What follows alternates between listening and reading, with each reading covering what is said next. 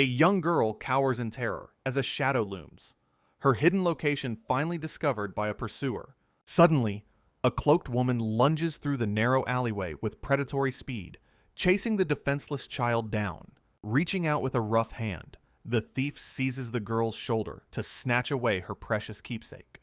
The girl desperately screams for her treasure back, while the woman holds the stolen item far out of reach. Shouting for the child to shut up, the thief prepares to make her escape with the looted prize.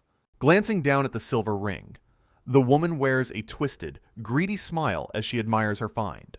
Maniacal laughter erupts from the thief as she realizes the true, world-altering value of the item she stole. Left alone in the dirt, the weeping child reflects on how her once happy life turned into this nightmare.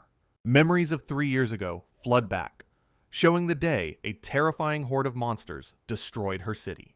Amidst the chaos, her father fought valiantly against the orcs to shield her from the brutal, bloody massacre. Following the tragedy, she was sent to a harsh orphanage where her days were filled with grueling labor. Older orphans constantly bullied her, forcing her to do their chores while stealing her meager portions of food. Cruelty reigned within those walls, with caretakers mercilessly beating any child who dared to steal food to survive. Huddled in a dark, crowded room, the girl feels the crushing weight of despair as her hope fades. She clings to a warm memory of her parents' embrace, reminding her to stay kind despite the bitterness. For 3 long years, she endured the suffering while trying to keep the promise she made to her family. Everything changes when the headmistress tells her to wash up for a mysterious and important visiting guest. A horrifying realization dawns upon her that the headmistress is selling orphans for profit to mysterious buyers. She recalls the disgusting, evaluative stares of the men who looked at the children as mere objects of trade.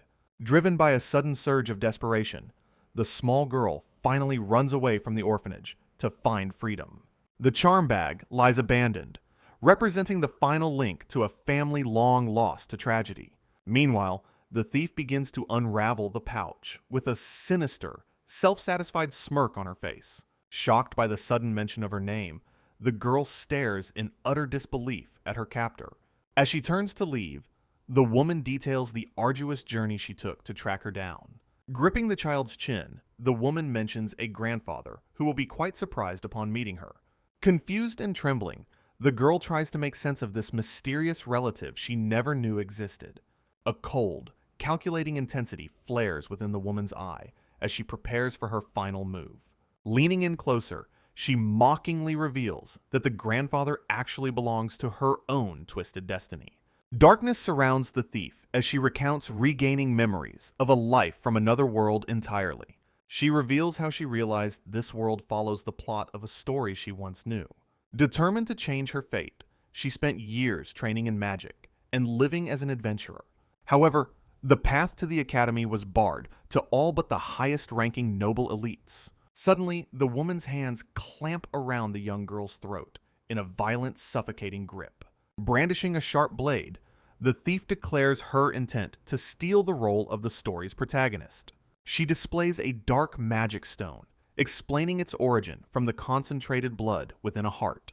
Looming over her victim, she describes how these stones can preserve the essence of a living being.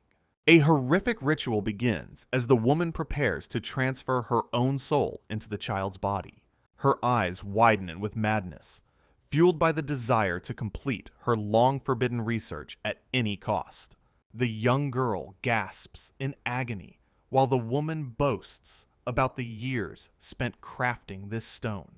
Staring upward, the villain sighs with relief at the thought of her suffering finally coming to an end. Her expression twisted with malice, the woman prepares for the final, gruesome stage of her grand plan. She explains that by embedding the magic stone into the child's heart, her transformation will be complete. Pinning the weeping girl to the floor, the villain raises her blade to begin the horrific procedure. Blood suddenly sprays across the area as the desperate struggle for survival takes a violent, bloody turn. The woman recoils in shock as the situation spirals out of control, her ritual interrupted by unexpected resistance. Wide-eyed with terror, the child watches the carnage unfold as blood stains the ground around them. Fragmented memories of a miserable past life flicker through the woman's mind, fueling her desperate resolve. A single, haunting eye stares out from the darkness, reflecting a soul consumed by greed and bitterness. Images of magic research and past failures haunt her thoughts as the ritual's power begins to fluctuate. Focusing all her remaining willpower, the thief tries to push through the pain and complete the transfer. Her gaze hardens with murderous intent, refusing to let her years of careful planning go to waste. Snarling with rage, she commands the girl to stay still while trying to pin her down again. Reaching out frantically, the girl's small hand grasps for any object that might help her fight back. Unexpectedly, the child swings a heavy blow that connects squarely with the woman's face. Blood erupts from the impact as the villain is sent reeling, her head snapping back from the force. The bloody knife clatters onto the floor as the woman screams in absolute, soul-shattering agony. Clutching her face in desperation, the thief curses the brat who dared to defy her destiny. She continues to writhe on the ground, her vision blurring as she loses her grip on the situation. Seizing her only chance, the girl lunges forward and stabs the woman, catching her completely off guard. A dark, unsettling mist begins to pour from the fresh wound as the villain gasps in disbelief. Shocked eyes reflect the girl's cold silhouette as the woman gasps out a final confused question. The young girl stares back with an empty, hollow gaze, her innocence seemingly vanished in the carnage. A sharp sound of painful struggle escapes the woman's throat. Blood splatters violently across the cold stone floor. Standing over the fallen body, the child holds the blade steady amidst the spreading pool of red. The woman lies motionless, her life force extinguished by the very vessel she intended to steal. Splattered with gore, the girl stands in silence as the weight of reality settles. Gripping the hilt tightly, she feels vast, foreign knowledge suddenly flooding her mind. Fragmented memories and complex world-building details surge through her consciousness, revealing her strange new reality. She understands that the woman sacrificed everything to manipulate a world built on a romantic game. Armed with awareness of the kingdom of Cradell, she prepares for her future. She smashes the magic stone, absorbing deep knowledge of history and sorcery. Combat techniques and harsh common sense become etched into her mind. Carrying her meager belongings, she disappears into the shadows to seek out a new life. Sunlight bathes the orphanage where her nightmare began, a place she has now truly left behind. Inside the orphanage, the furious headmistress screams at the others for failing to find the runaway girl. Hiding in the dense bushes, the young girl watches her former tormentors with a calculating eye. Meanwhile, she creeps through the dark corridors of the house at night. As a drunken man snores amidst empty bottles, he remains unaware that his death approaches. Shadowed by the doorway, the girl raises her knife to eliminate the final threat. A cold blade descends toward the sleeping man's hand. The girl plunges the knife through his flesh, pinning his hand to the bed in a brutal strike. Awakened by the sudden agony, the man lets out a choked, desperate gasp of intense pain. Mercilessly, she wrenches the blood-stained weapon from his throat and prepares to make her final escape from the orphanage. She stares blankly ahead, her mind flooded with the dark knowledge stolen from the woman's dying memories. Recalling the facade of the kind priest, she realizes the orphanage was never meant to be her sanctuary. Gritting her teeth in anger, she dismisses her past suffering as a cruel and utterly meaningless joke. Staring at the corpse, she contemplates the greed of everyone who turned a blind eye to her abuse. A profound sense of nihilism washes over her as she declares everything in this world to be worthless. Wrapping her wounded arm in bandages, she questions the purpose of a life dictated by a mere game. She remembers the warm smiles of her parents, refusing to believe their tragic deaths served such a petty narrative. She sheathes her blade with a resolute heart, vowing to reject the predetermined path of the autumn game. With newfound determination, the young girl pledges to survive and carve out her own independent future. Memories of the game, titled Silverwings, flash through her mind, revealing the shallow story of her birth. Identifying herself as the heroine, she feels only contempt for the role she was supposed to play. The original plot described her as a bright orphan discovered by the nobility, after losing both her parents. She reflects on the scripted encounters with princes and the eventual happy ending that now feels like a prison. Rejecting the identity of a fictional character, she asserts her own agency and prepares for the road ahead. Although her knowledge of the woman's soul is hazy, she decides to use it to avoid her fate. She vanishes into the dark forest, heading toward a distant town where she can finally disappear into the crowd. She worries about the high cost of entering a large town, as each visit requires a silver coin. Remembering the woman she killed was an adventurer, a specialist mercenary who explores dangerous lands and slays monsters. She realizes that registering with the guild provides free passage through gates depending on one's specific rank. The wind howls as she pushes forward, leaving the blood-soaked orphanage further behind with every frantic step. Her feet ache within her sandals while she traverses the uneven terrain, determined to reach her destination. Sweat pours down her face as she hears the town bells ringing, realizing her progress is painfully slow. Despite her vast mental knowledge, she remains a physically weak 7-year-old girl struggling against the elements. Resting briefly under a massive tree, she opens her water skin to take a much-needed, refreshing drink. She trudges through the thick underbrush, the weight of her stolen pack becoming more burdensome with time. Thirst drives her to gulp down the water, her throat parched from the long and exhausting journey. The water goes down the wrong way, causing her to cough violently in the silence of the woods. She tears into a loaf of bread, her hunger reaching a breaking point after hours of travel. Noticing the bread is soft and white, she recognizes it as a luxury item far above common black bread. A memory of her parents resurfaces, specifically her father apologizing for their lack of high-quality food.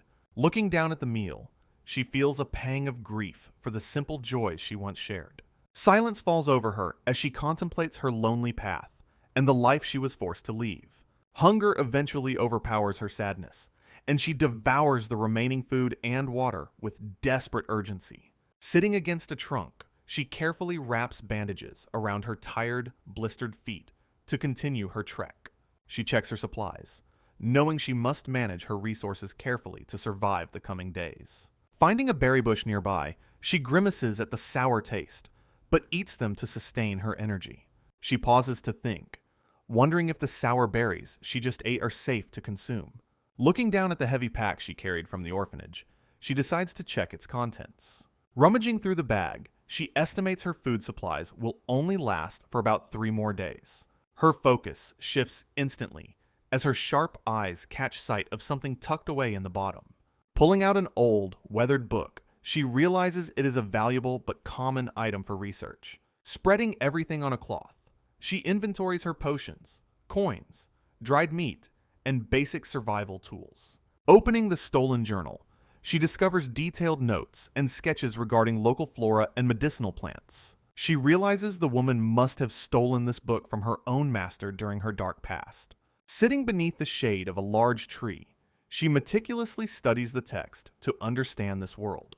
Testing the medicinal leaves, she grimaces as a wave of intense bitterness coats her tongue and throat. She quickly spits the foul-tasting plants out, learning that book knowledge and reality are 2 different things. Despite the taste, she uses the crushed plants to treat her wounds, bandaging her hand with practiced care. Her gaze hardens with a cold, newfound resolve as she looks toward the path leading to town. She realizes that traveling as a lone young girl makes her an easy target for dangerous people. Focusing on the edge of her blade, she carefully sharpens the steel to prepare for any encounter. Darkness previously terrified her, representing the hunger and isolation she endured for so many miserable years. A venomous snake slithers through the grass near her camp, its presence a silent threat in the forest. However, fear no longer grips her heart as she stares down the predator with icy, unyielding eyes. With a swift and precise movement, she drives her knife through the creature's head into the dirt. The girl sits in the shadows, now cloaked and ready to face the world on her own terms. The following day at noon, she discovers an abandoned campsite deep within the quiet, sun-drenched woods. Approaching the smoldering remains of a fire, she cautiously investigates the area for any signs of current life. After checking the cold ashes, she determines that the campers left quite recently but are no longer nearby. She begins scrubbing her hair with dirt and leaves to disguise her bright, recognizable hair color from pursuers. Knowing her distinctive features are a liability, she hopes this simple camouflage will help her blend into the shadows. Continuing her journey, she follows a narrow forest path while staying alert for any hidden dangers or trackers.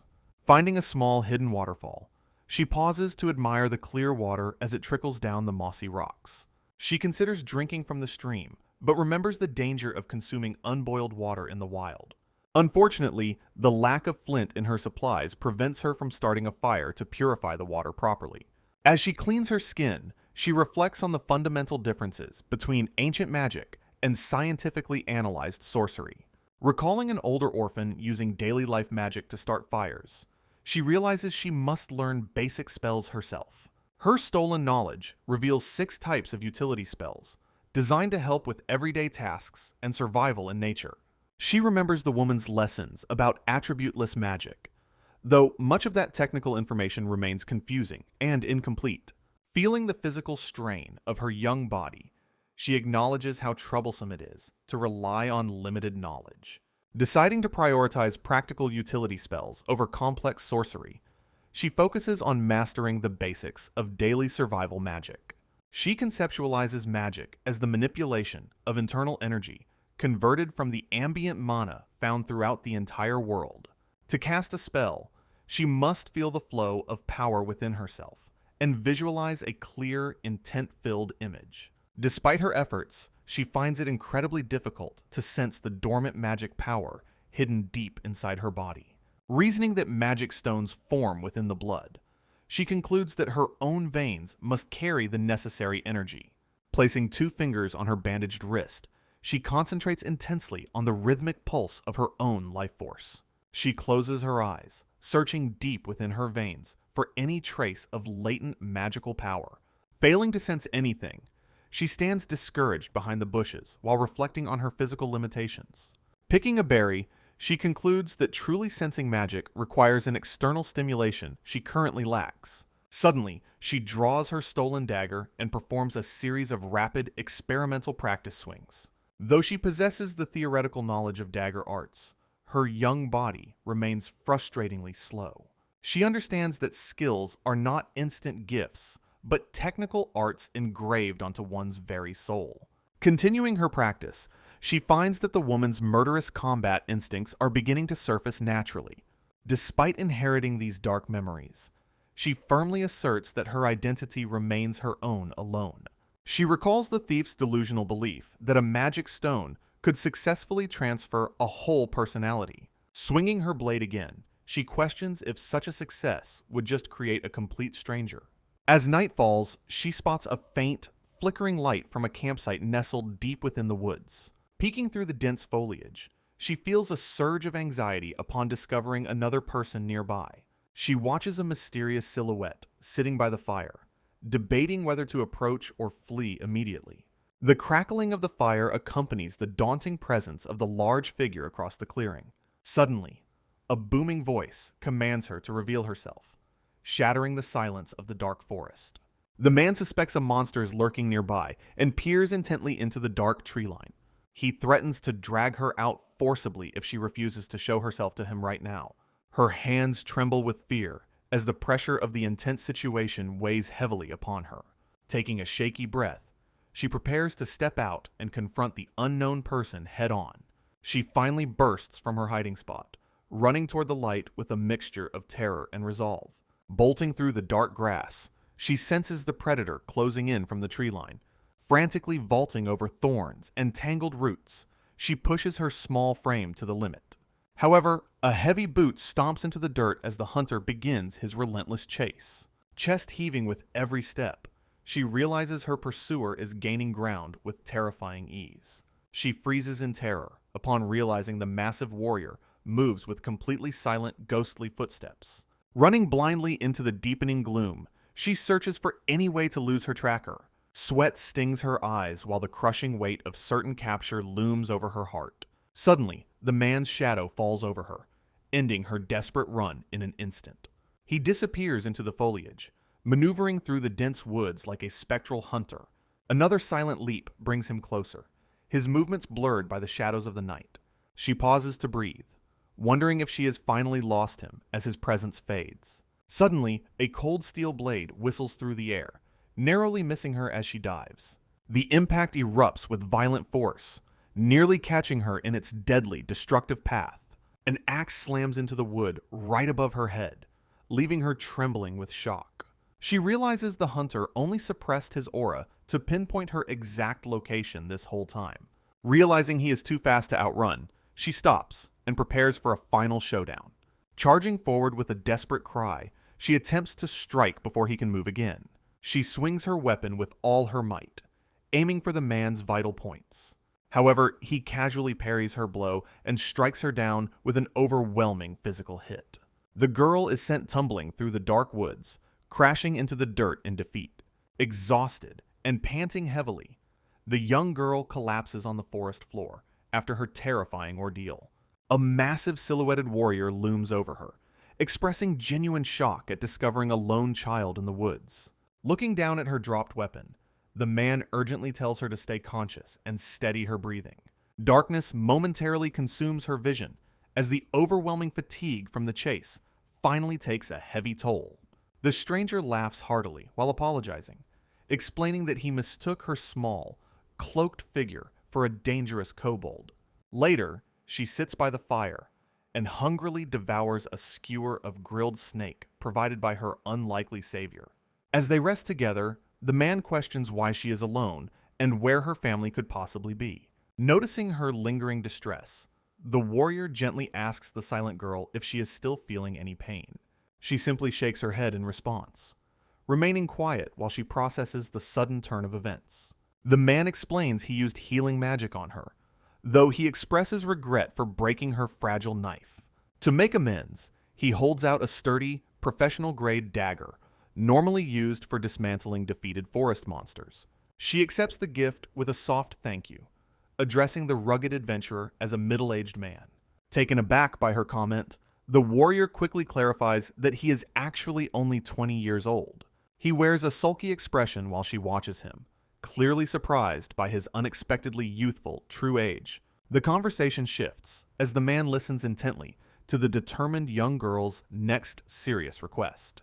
He kindly pats her head, reminding her that a child's most important job is to simply stay happy. Looking up with clear eyes, she asks him to teach her the proper way to manipulate magical energy. While he is surprised by the request, she explains that mastering life magic is vital for her survival. Sitting by the crackling campfire, he describes magic as a unique internal flow discovered through repeated trial and error. Processing his advice, she wonders if her learning path is backwards and asks about his own magical strength. The warrior boasts about his body enhancement skill, warning the young girl to step back for her safety. Standing firm in the center of the clearing, he begins to build up his internal energy while she watches. With a sudden surge, he activates body enhancement, causing a massive pressure to ripple through the forest air. The sheer force of his concentrated mana creates a blinding light that nearly knocks the small girl over. Staring in wide-eyed amazement, the child experiences the terrifyingly beautiful intensity of true magical power for the first time.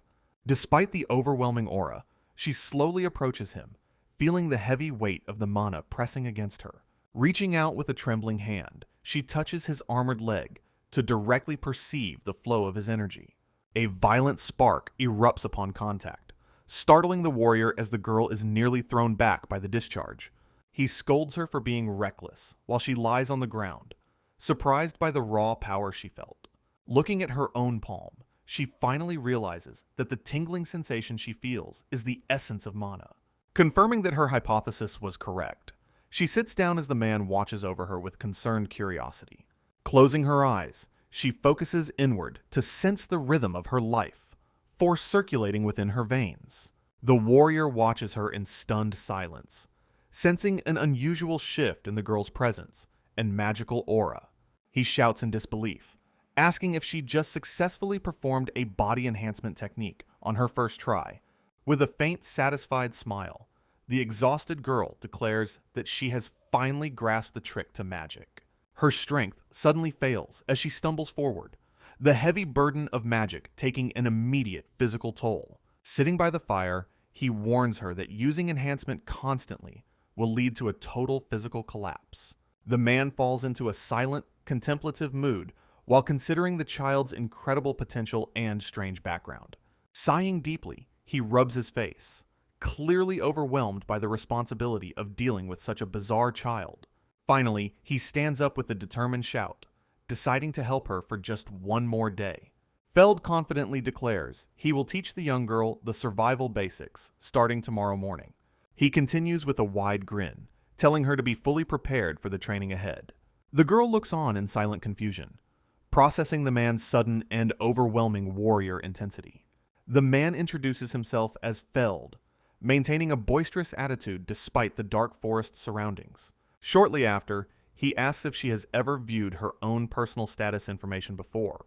A brief explanation reveals that appraisal allows a person to perceive and quantify individual abilities. Feld offers to show her his own technique while checking if she can read text. The girl views her own stats on a display, confirming her weak physical and magical state. Feld remains casual about the low numbers, but she feels frustrated by her current limitations. Suddenly, Feld tosses a small specialized device toward her to facilitate her magical training. In her hand rests an appraisal crystal, a valuable tool used for measuring and reading power. He explains that she must peer into it while focusing on her desire to see strength. Following his guidance, the crystal begins to glow as it successfully activates in her grip. Her name and attributes appear in a window, providing a clear summary of her current growth. Satisfied with her progress, Feld challenges her to try appraising his own massive combat power. She peers through the tool and is stunned by Feld's combat strength exceeding 1700. The massive power gap becomes clear, while Feld explains that reading stats gets easier with practice. Alicia inquires about the number of repetitions needed to learn the appraisal skill naturally. Feld warns that the crystals are expensive consumables that eventually break after only 10 uses. Abruptly finishing the lecture, Feld heads into the dense woods to begin their first hunt. Deep within the forest, the hunt begins as shadows stretch across the mossy ground. Moving through the dense undergrowth, they search for their target with heightened, sharp senses. Feld crouches low, instructing the girl to keep her footsteps and presence completely silent. He explains that sensing the forest's mana is key to remaining undetected by monsters. The girl moves cautiously, trying her best to synchronize her energy with her surroundings. They hide behind thick bushes together, watching for any sign of sudden movement ahead. Feld raises a hand, signaling for absolute stillness as the tension in the air rises. High grass rustles nearby, indicating that their intended prey is finally very close. Feld swings his weapon. The young girl watches in stunned silence as the first kill of her journey concludes. Shortly after, Feld begins the messy task of processing the small animal they successfully caught. He smiles warmly and announces they will move on once the meat is properly prepared. He instructs her on the proper way to handle and butcher the captured forest game. The girl works diligently, holding the fresh harvest as she learns these vital survival skills. Suddenly, he senses another presence and peers cautiously around the edge of a large trunk. An animal lunges forward. Feld leaps into action. Completely exhausted from the intense training, the girl leans heavily against a tree to rest. Feld calls out cheerfully, inviting her to share some of the freshly grilled meat together. He ignites the fire. While staring silently at the campfire, the young girl reflects on the strange path her life has taken. She remembers her previous master, forcing her to gaze at flames for hours during her magic training. Alicia ponders the warrior's advice about sensing the flow of mana while she prepares to eat her dinner. Focusing her senses, she begins to identify the specific presence of fire mana radiating from the glowing coals. Clutching her skewer, she feels the distinct stirrings of wind, mana rustling through the nearby forest trees. Her eyes sharpen as she observes the invisible currents of energy flowing naturally through the dark woods. The next morning begins abruptly when Feld shouts for her to wake up and start their combat training. Feld explains his expertise in swordsmanship and offers to teach her basic combat techniques for her own defense. He informs her that rank 1 martial arts are available at the guild, provided she has enough money. Alicia realizes that advanced techniques require finding a master, which makes her future journey even more difficult. The warrior starts by correcting her clumsy knife grip and teaching her the proper ways to strike. Feld critiques her former training as sloppy, surprised she survived with such a poor grasp of the fundamentals. Moving from theory to action, the sparring session intensifies as Feld tests her reflexes with a wooden stick. Alicia remains determined and focused, recognizing that her new mentor is genuinely invested in her martial growth. The rugged adventurer wears a faint smile while watching the girl's serious efforts during their difficult practice. Suddenly, Feld knocks her off her feet, questioning if this harsh training is truly suitable for a child. She charges forward again with a decisive strike, earning praise for her unwavering and bold fighting spirit. He is impressed by how quickly she absorbs his instructions, noting her remarkable ability to adapt during combat. With a swift motion, he throws her to the ground to teach her the vital skill of breakfalling. Feld eventually acknowledges that while she needs protection, his life as an adventurer makes long-term guardianship nearly impossible. Exhausted but determined, the young girl begs for one more round of training, despite her heavy breathing. Feld continues to spar with her, vowing to teach her the strength necessary to survive on her own. She gasps for air as the physical toll of the intense martial arts practice pushes her to exhaustion. Feld warns her about the dangers of using body enhancement, specifically regarding the depletion of her limited mana. Lying on the ground, she asks about the consequences of running out of energy during a critical fight. He explains that total mana exhaustion leads to deep unconsciousness, or even death if she is physically weak. She visualizes the terrifying prospect of being attacked by wild animals while lying unconscious and defenseless in the woods. Feld notes that her mastery of enhancement will help her learn advanced dagger techniques much faster than normal. He details the rate of energy consumption, emphasizing that she must now train her body to remember. Throughout their time together, Feld treats her as an individual rather than just a helpless, wandering child.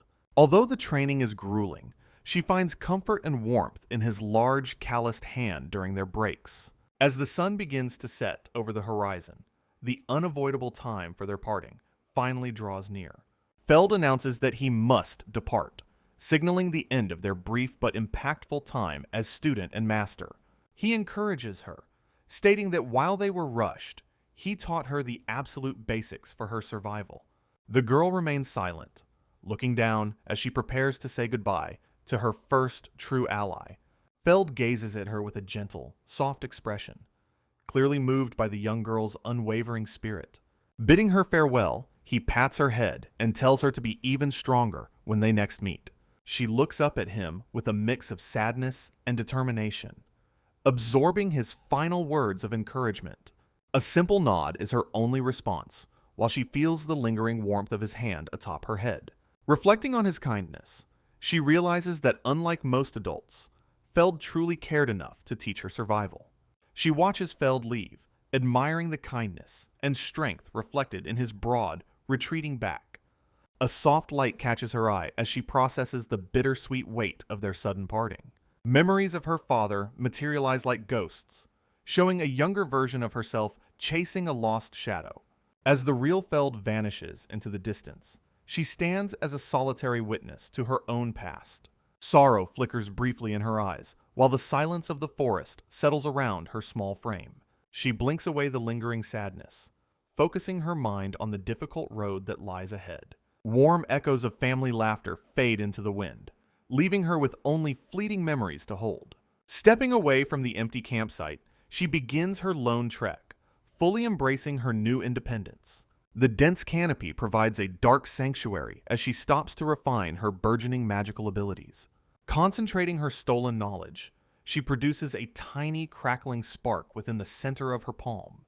Closing her eyes once more, she listens for the distant, melodic rush of a hidden forest river. Following a clear mental image, a single bead of pure water forms on her fingertip. Perched high upon a thick branch, she watches the town lights flicker beneath the silver moon. The small settlement lies crowded below, unaware of the young girl observing them from the dark heights. Townspeople whisper about the dead adventurer, speculating on the cause of the woman's brutal, mysterious demise. Back at the orphanage, the remaining children perform their endless chores while awaiting a new master. A dark stain of blood remains on the floor, a grim reminder of the violence that occurred there. Shadows mask her face as she hardens her heart against the cruel world that once discarded her. Thick, dark liquid drips slowly into the dirt while she contemplates the harsh necessity of her actions. She stares at the blood-slicked magic stone in her hands, the key to her stolen destiny. Alicia declares her resolve to become the true protagonist, her expression hardening with an intense, newfound ambition. Later, she sits alone in the quiet forest, feeling the heavy burden of her stolen, dark knowledge. She tightly grips a handful of earth, trying to manifest the concepts of hardening and solidification. After a moment of intense focus, the loose dirt in her hand transforms into a solid stone. She pokes the small object with curiosity, confirming it has become as firm as a real rock. Thanks to Feld's advice, she successfully masters basic fire and water utility spells to aid her journey. She learns that hardening magic is typically used in construction to streamline building processes and reinforce structures. Pondering the essence of solidifying matter, she realizes that simply holding dirt doesn't make it truly durable. She experiments by adding water to the soil, only to watch it turn into a messy sludge.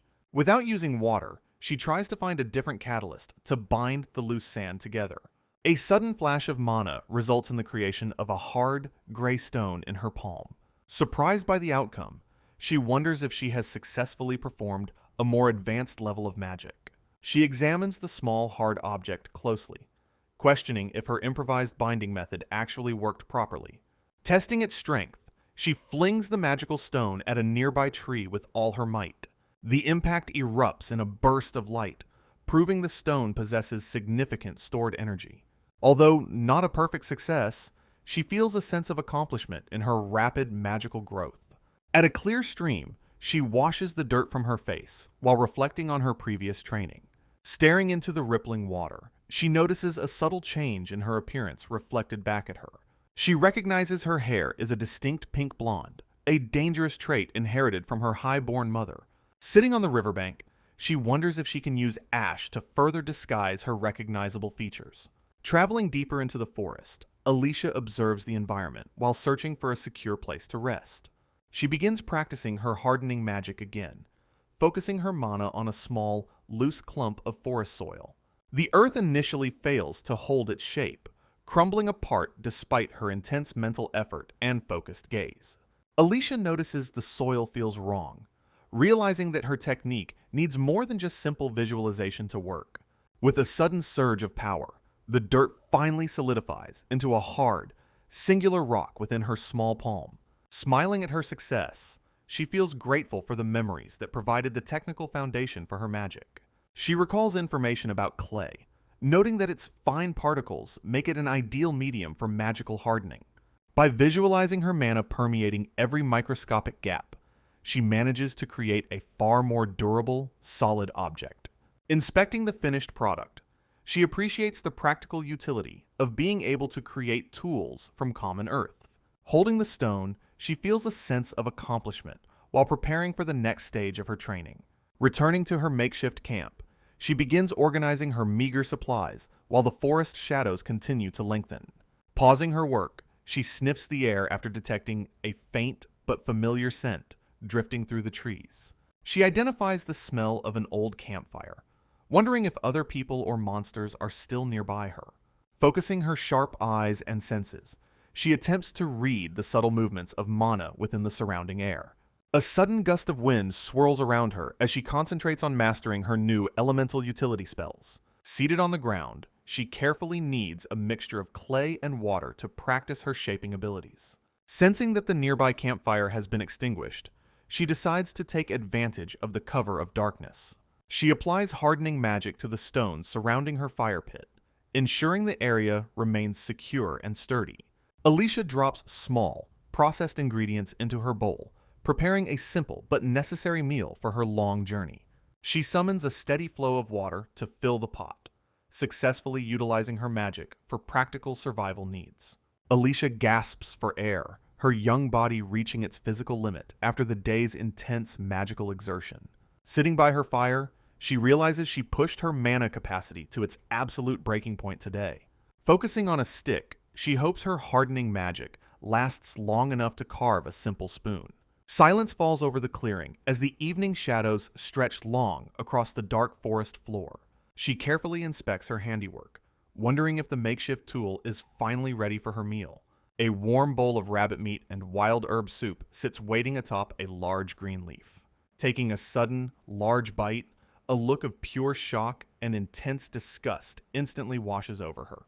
She grimaces while chewing, realizing the bitter, undercooked wild herbs made the soup taste absolutely foul.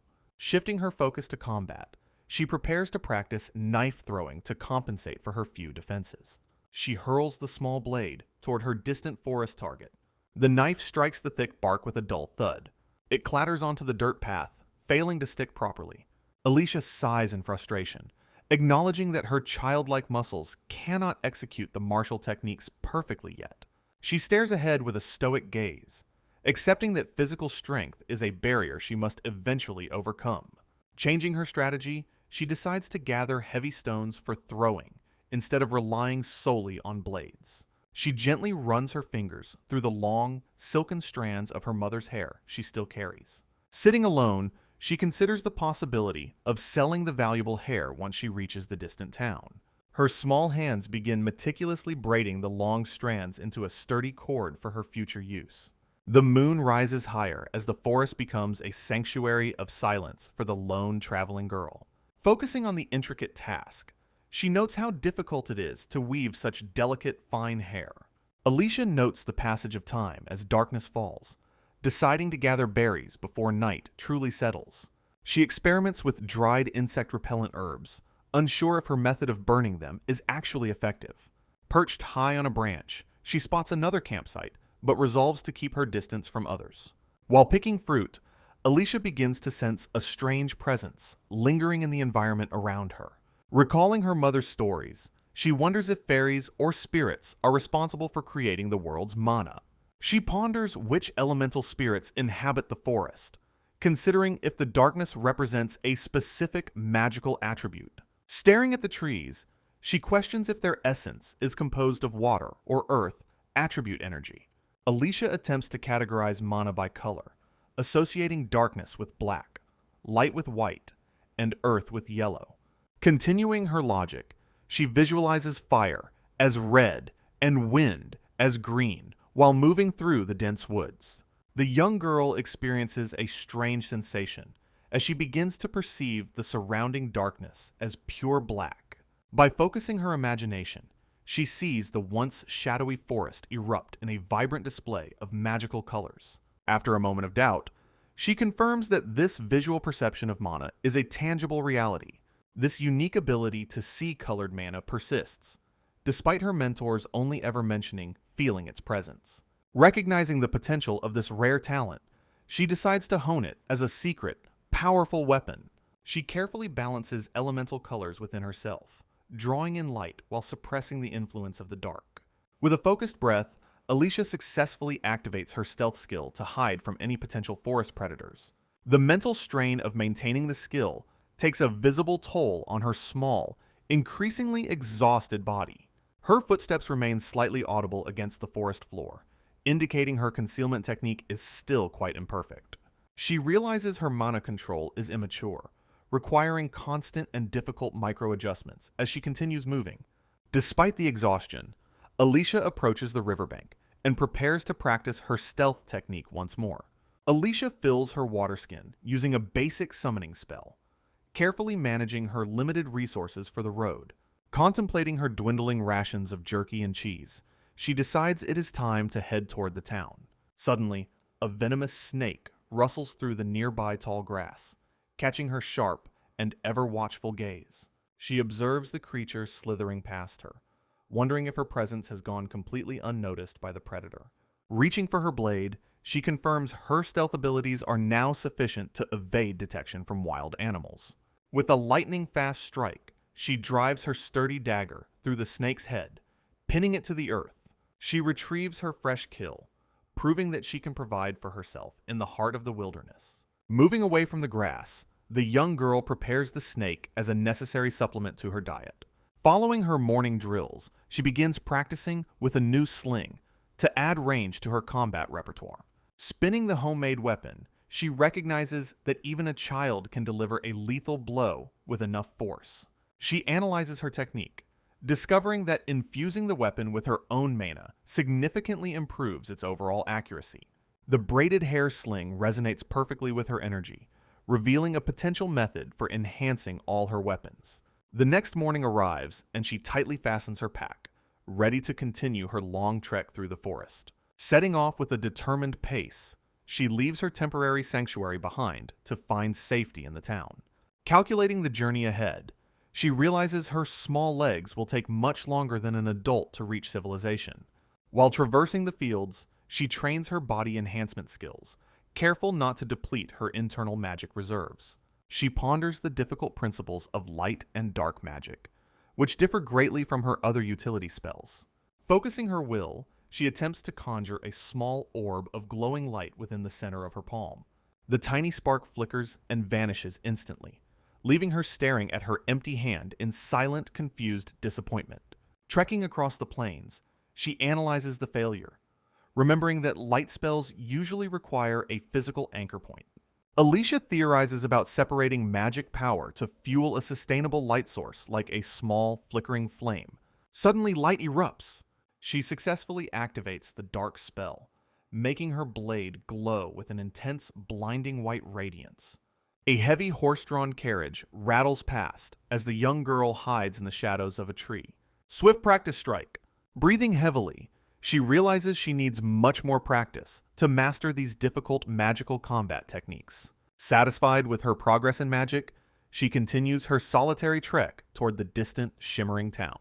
Her small feet trudge steadily along the dirt path, marking the slow but determined pace of her journey. She hides behind a massive trunk, remaining ever watchful for any potential threats lurking in the forest. Alicia marvels at her improved vision, remembering when the terrifying darkness of night used to stop her completely. Thanks to her new abilities, she can now clearly see the path ahead, illuminated by glowing mana particles. The high walls of a large city eventually loom in the distance under the pale, cold moonlight. However, she finds the massive gates tightly closed and realizes entering as an orphan will be incredibly difficult. She reflects on the strict social hierarchy of this kingdom, where status dictates every person's freedom of movement. The noble class reigns at the top, possessing the wealth and authority to travel anywhere without restriction. Commoners must pay taxes and a silver coin fee just to leave their registered home territory. Freemen lack a permanent home and must pay a silver coin every single time they enter a town. Slaves remain at the very bottom, bound to their master's whims with absolutely no hope of legal freedom. She worries about corrupt guards who might steal a traveler's meager savings or even force them into slavery. Huddled on a high branch, Alicia realizes she needs a combat skill level to join the Adventurer Guild. Alicia ventures through the forest with a young boy, seeking a path away from the orphanage's reach. She uses the dead woman's knowledge to hunt, providing food as they navigate the dangerous, untamed wilderness.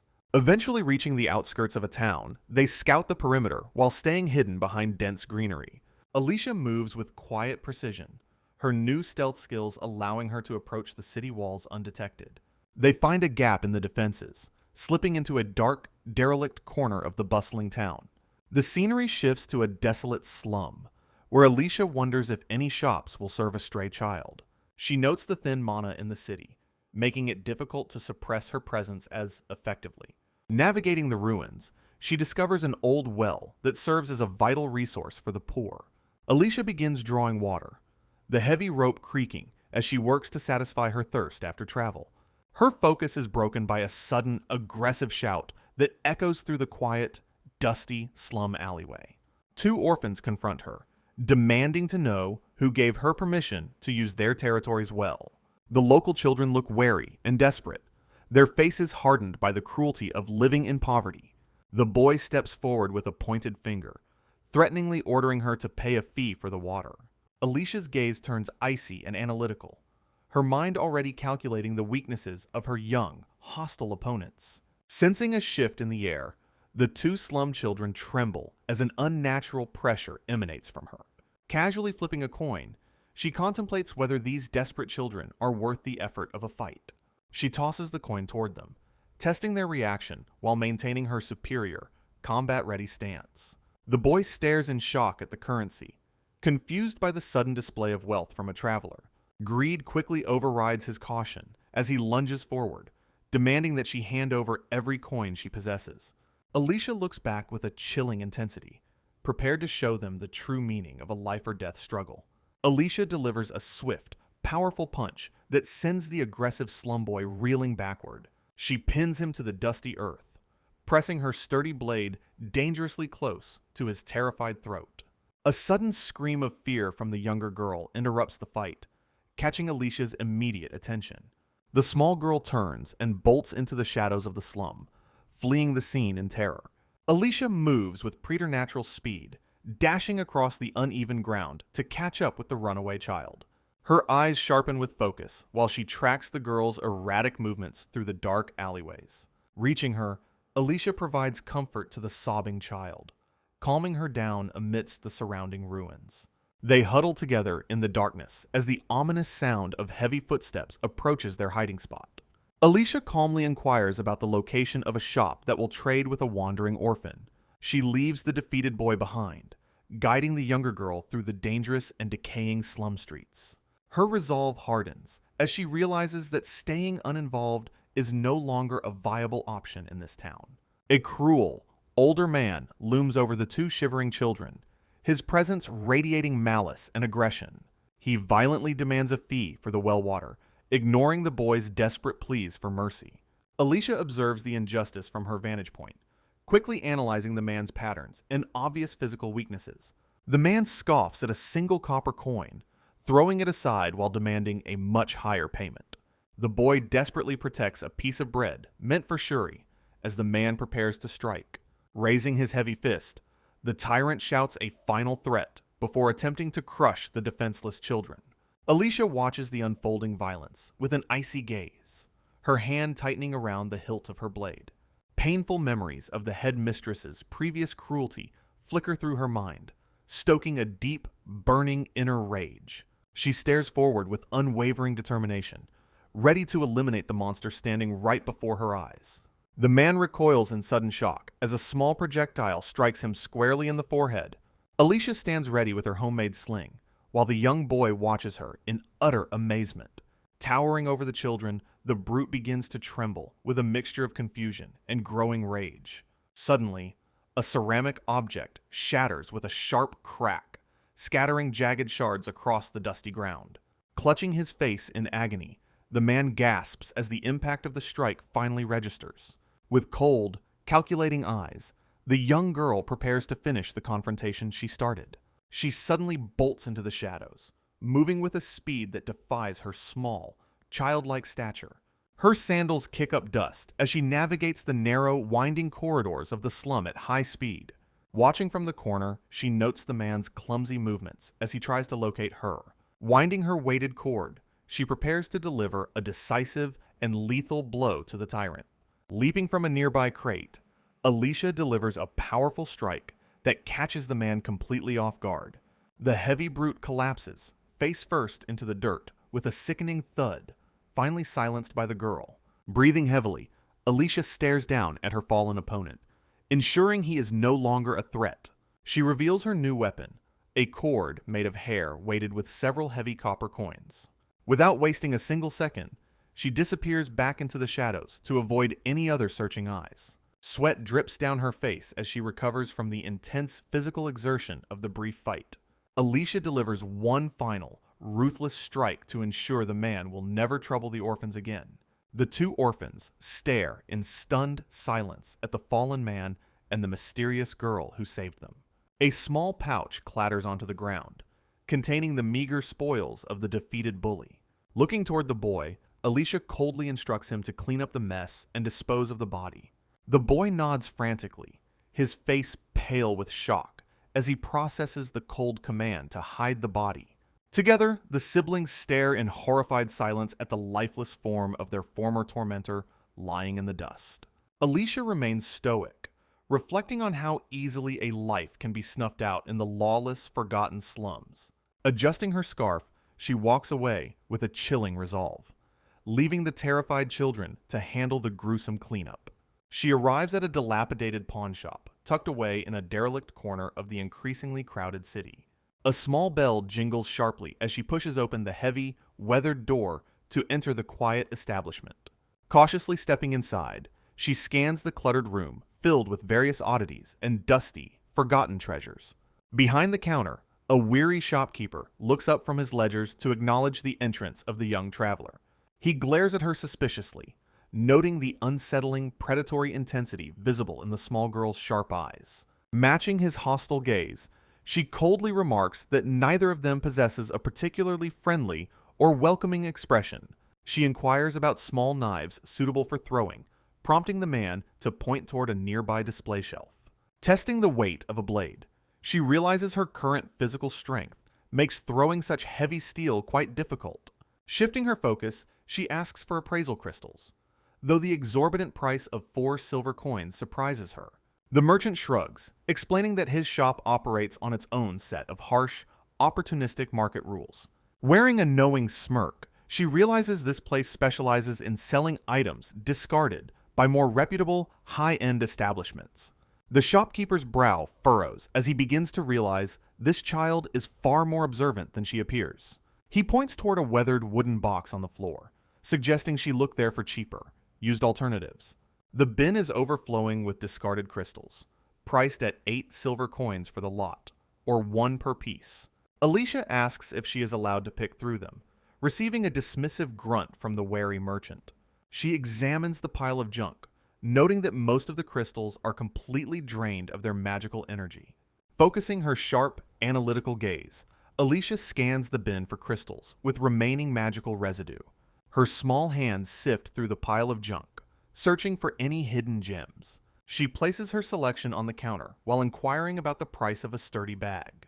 The merchant quotes his price in silver coins, warning her not to complain about the quality. Continuing her shopping spree, she gathers essential supplies like salt, dried rations, and a whetstone. She questions the shopkeeper's surprise at her interest in iron skewers used for basic cooking. The girl meticulously calculates the total cost of her survival gear with an expert efficiency. While finalizing the deal, she asks the merchant what kind of items he normally buys. He suggests hunting forest rabbits for a small profit, provided the carcasses are properly handled. As she prepares to depart, the merchant mockingly refers to her as a soot-covered orphan. He points her toward the dwarf blacksmith at the street's end for superior martial weaponry. Pausing briefly, she contemplates the strange nickname given to her by the cynical old merchant. Stepping back into the sunless alley, the bell jingles behind her as the door closes. Finding the 2 children waiting for her, Alicia asks them why they are staring so intently. The young boy and his sister look up at her with a new sense of awe. She casually informs them that the previous trouble has been thoroughly and permanently dealt with. Dismissing the weight of her violent actions, she treats the elimination as a simple necessity. The children promise to keep her secret as they scramble to follow their mysterious savior. With a burst of courage, the boy proudly introduces himself as Jill to the wandering girl. Alicia offers a blunt and disinterested reaction, already focused on the next step of her journey. Shuri cheerfully introduces herself, catching Jill by surprise, while the wandering girl watches them in silence. The air turns heavy as the mysterious traveler remains quiet, her face partially obscured by her thick scarf. Breaking the silence, she finally reveals her name as Arya, her eyes reflecting a cold and unwavering focus. Jill mockingly points out that Arya sounds like a girl's name, while Shuri cowers behind him in embarrassment. Continuing her solitary trek, Arya navigates the narrow, winding cobblestone streets of the increasingly dangerous and busy town. Ominous shadows loom around every corner, reminding her that carrying wealth makes her a prime target for predators. Realizing she lacks the strength to maintain a base here, she decides to retreat and gather more power. Glancing back one last time, she sees the 2 children watching her departure with a mixture of curiosity. With a sudden burst of speed, she leaps away to distance herself from any potential followers or lingering threats. Entering the dense forest, she considers returning to the relative safety of her old campsite to avoid monsters. She carefully retrieves the appraisal crystal she selected, noting its faint but tangible magical resonance within her palm. Huddling in the thick underbrush, she prepares to use the tool to evaluate her recent growth and abilities. The crystal displays her stats, revealing several new skills like stealth and dark vision that she successfully acquired. Arya stares ahead with a look of intense determination, processing the hard numbers of her current combat potential. Although her utility skills have increased, she acknowledges the frustrating absence of any specialized, high-level combat techniques. The road ahead stretches across the vast open plains, representing the long and difficult journey that still awaits. Noticing her sandals feel tighter, she realizes that her young body is slowly but surely beginning to grow. Geared up and ready, she marches forward with a firm resolve to become strong enough to defy fate. Meanwhile, at a grand estate in the Cradell Kingdom, servants announce the sudden awakening of the young lady. A maid approaches the ornate bed, asking the hidden girl how she feels after enduring days of high fever. Clara wakes up in her lavish bed, still reeling from the intense fever that plagued her for days. She frantically scrambles toward a large mirror, throwing aside the heavy curtains to see her own reflection. Gasping at the unfamiliar face staring back, she begins to sweat as the gravity of her situation sinks in. She realizes with absolute horror that she has been reborn into the world of an Ottomy game. Memories of her previous life as a high school student flood back, merging with her current 8-year-old self. The young noble girl collapses in despair while her concerned maid rushes over to offer assistance. Huddling on the cold floor, she wonders how she can possibly survive in this scripted and dangerous world.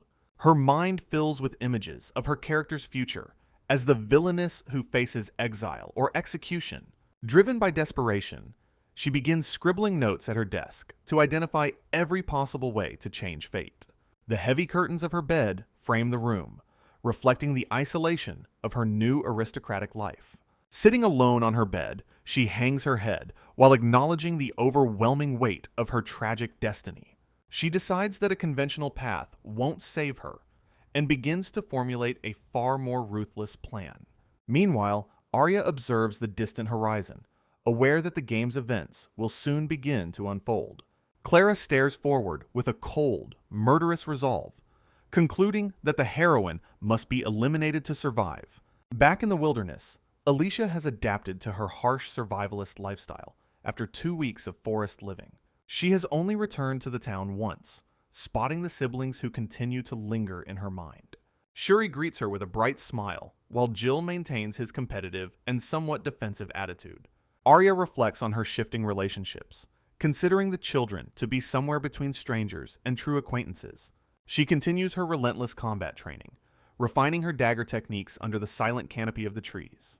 Despite the sharp stings of physical pain, she pushes her young body further to gain necessary strength.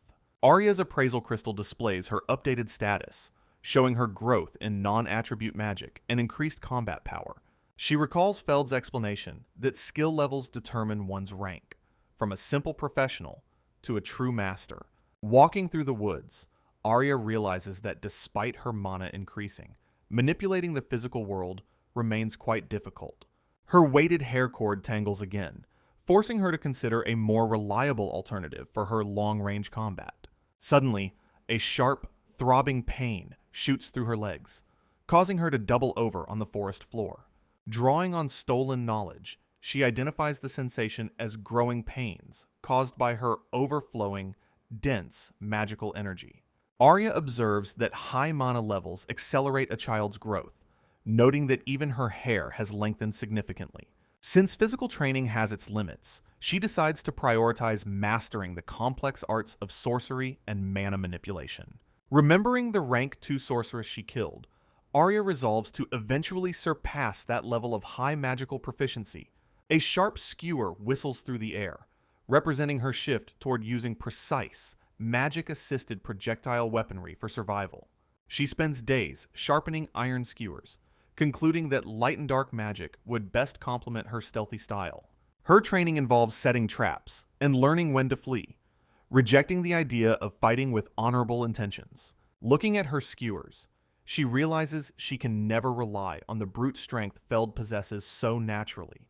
Arya prepares to dive into her memories to begin the arduous process of learning actual elemental sorcery techniques. She concentrates deeply, trying to organize the fragmented pieces of information stolen from the dead woman's soul. Unfortunately, she realizes the thief's memories regarding dark magic are frustratingly hazy and almost completely useless to her. Luckily, her meta-knowledge of the game provides a solid foundation for light magic that the sorceress lacked. She attempts a first-tier light spell called Heal, chanting the incantation while focusing on her wounded leg. Sitting silently in the clearing, Arya waits for the magic to manifest and mend her tired, growing body. She pauses, wondering if the slight difference in the spell's sensation indicates a failure or something else. Arya notices her mana remains full, concluding the spell failed because she didn't grasp its true meaning. She reflects on the specific wording of the healing incantation while sitting alone in the quiet woods. Frustrated by the total lack of results, the young girl collapses onto her back in the forest. Staring up at the vast canopy, she questions the fundamental differences between herself and the game's logic. Memories of powerful sorcerers from her past life flicker through her mind while she searches for clues. She recalls Feld's guidance and the warmth of his hand, realizing magic requires more than just spoken words. A sudden spark of realization shines in her eyes as a new theory regarding shortened incantations takes shape. She wonders if the spells used by masters are actually abbreviated versions of a complex, ancient spirit language.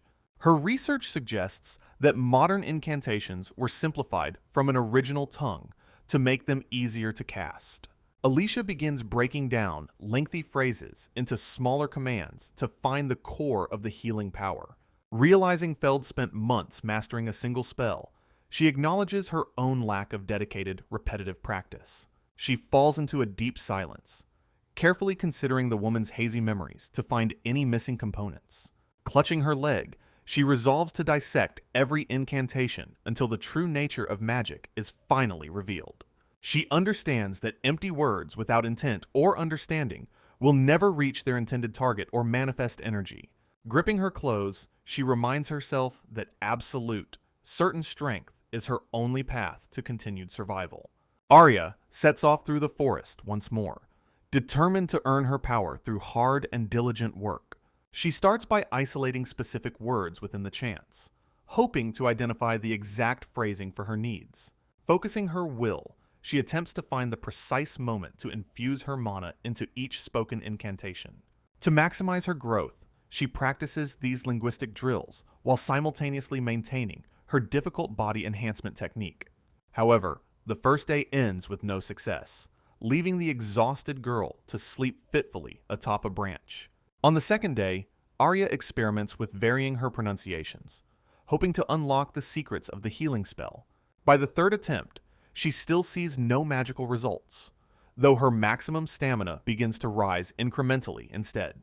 Entering the fourth day, she grows more proficient at maintaining her body enhancement while simultaneously practicing her weapon skills. Inspecting her crystal, she notices that while the spell fails, her mana is still being consumed in tiny amounts. On the fifth day, her constant practice improves the efficiency of her daily life magic while she searches for patterns.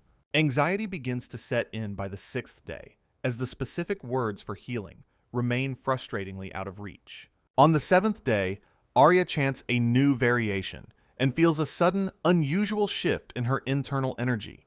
Her eyes widen in shock upon realizing that the spell actually activated for the very first time during her practice. A sudden epiphany strikes her as she realizes that the standard healing spell doesn't actually contain the word heal. She understands the incantation is meant to return stamina, allowing the body to heal itself naturally through rapid recovery. 2 days of intense meditation and adjustment pass as she refines her understanding of the complex, ancient spirit language. Concentrating all her intent, she recites the correct, analyzed phrase to finally manifest the power of light attribute magic. Pure joy radiates from her face when she successfully casts the spell, finally mastering the basic healing art herself. Her status crystal confirms the achievement, showing her ascension to rank 1 and the acquisition of light magic level 1. Returning to the town's derelict slum district, she navigates the familiar, narrow paths between the crumbling and abandoned houses. Her sharp ears twitch as she catches a faint, suspicious sound echoing through the quiet and dusty alleyways ahead. She stands amidst the rubble, her senses heightened as she investigates the source of the unusual noise in her territory.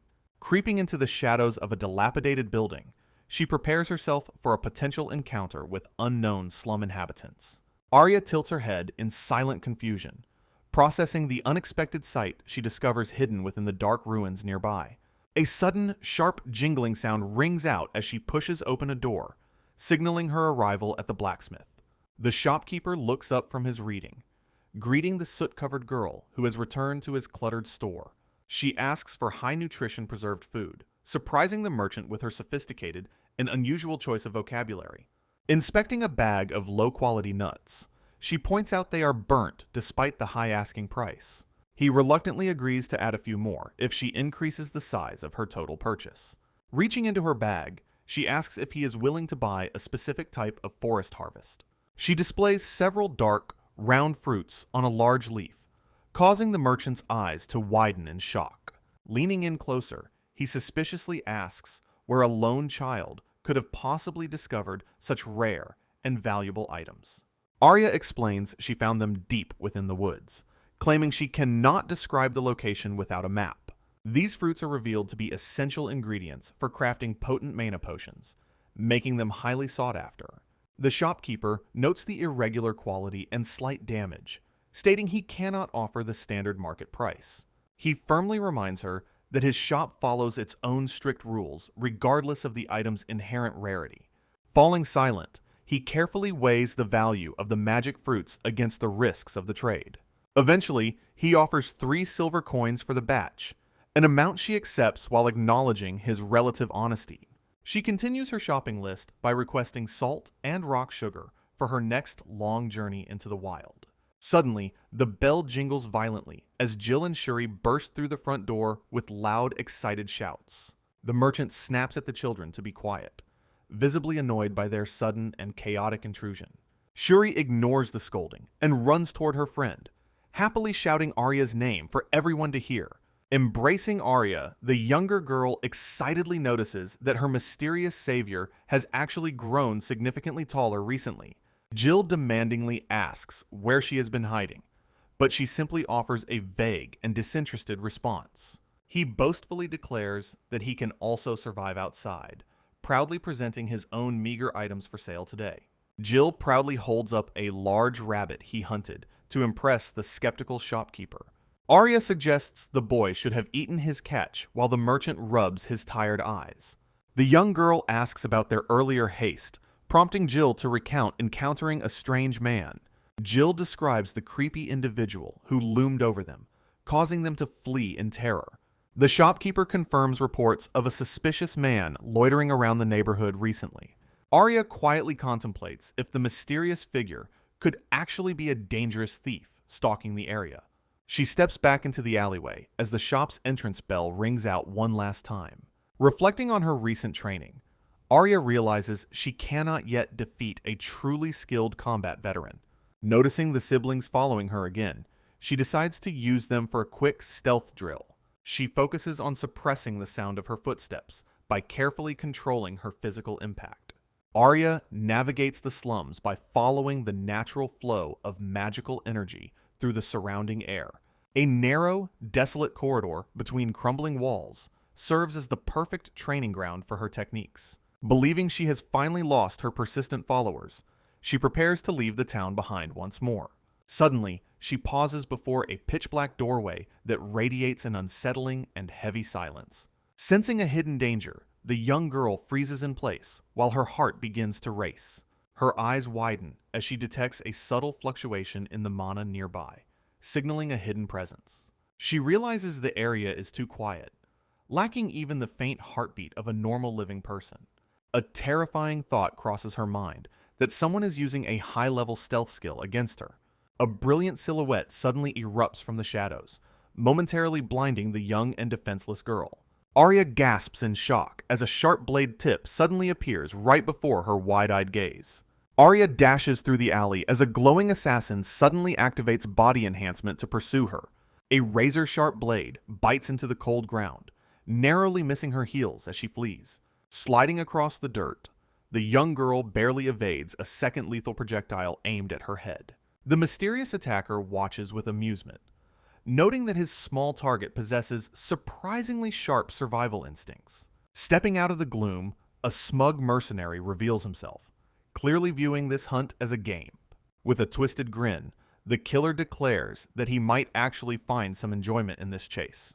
A cold steel blade flashes before Arya's eyes, stopping her momentum in an instant.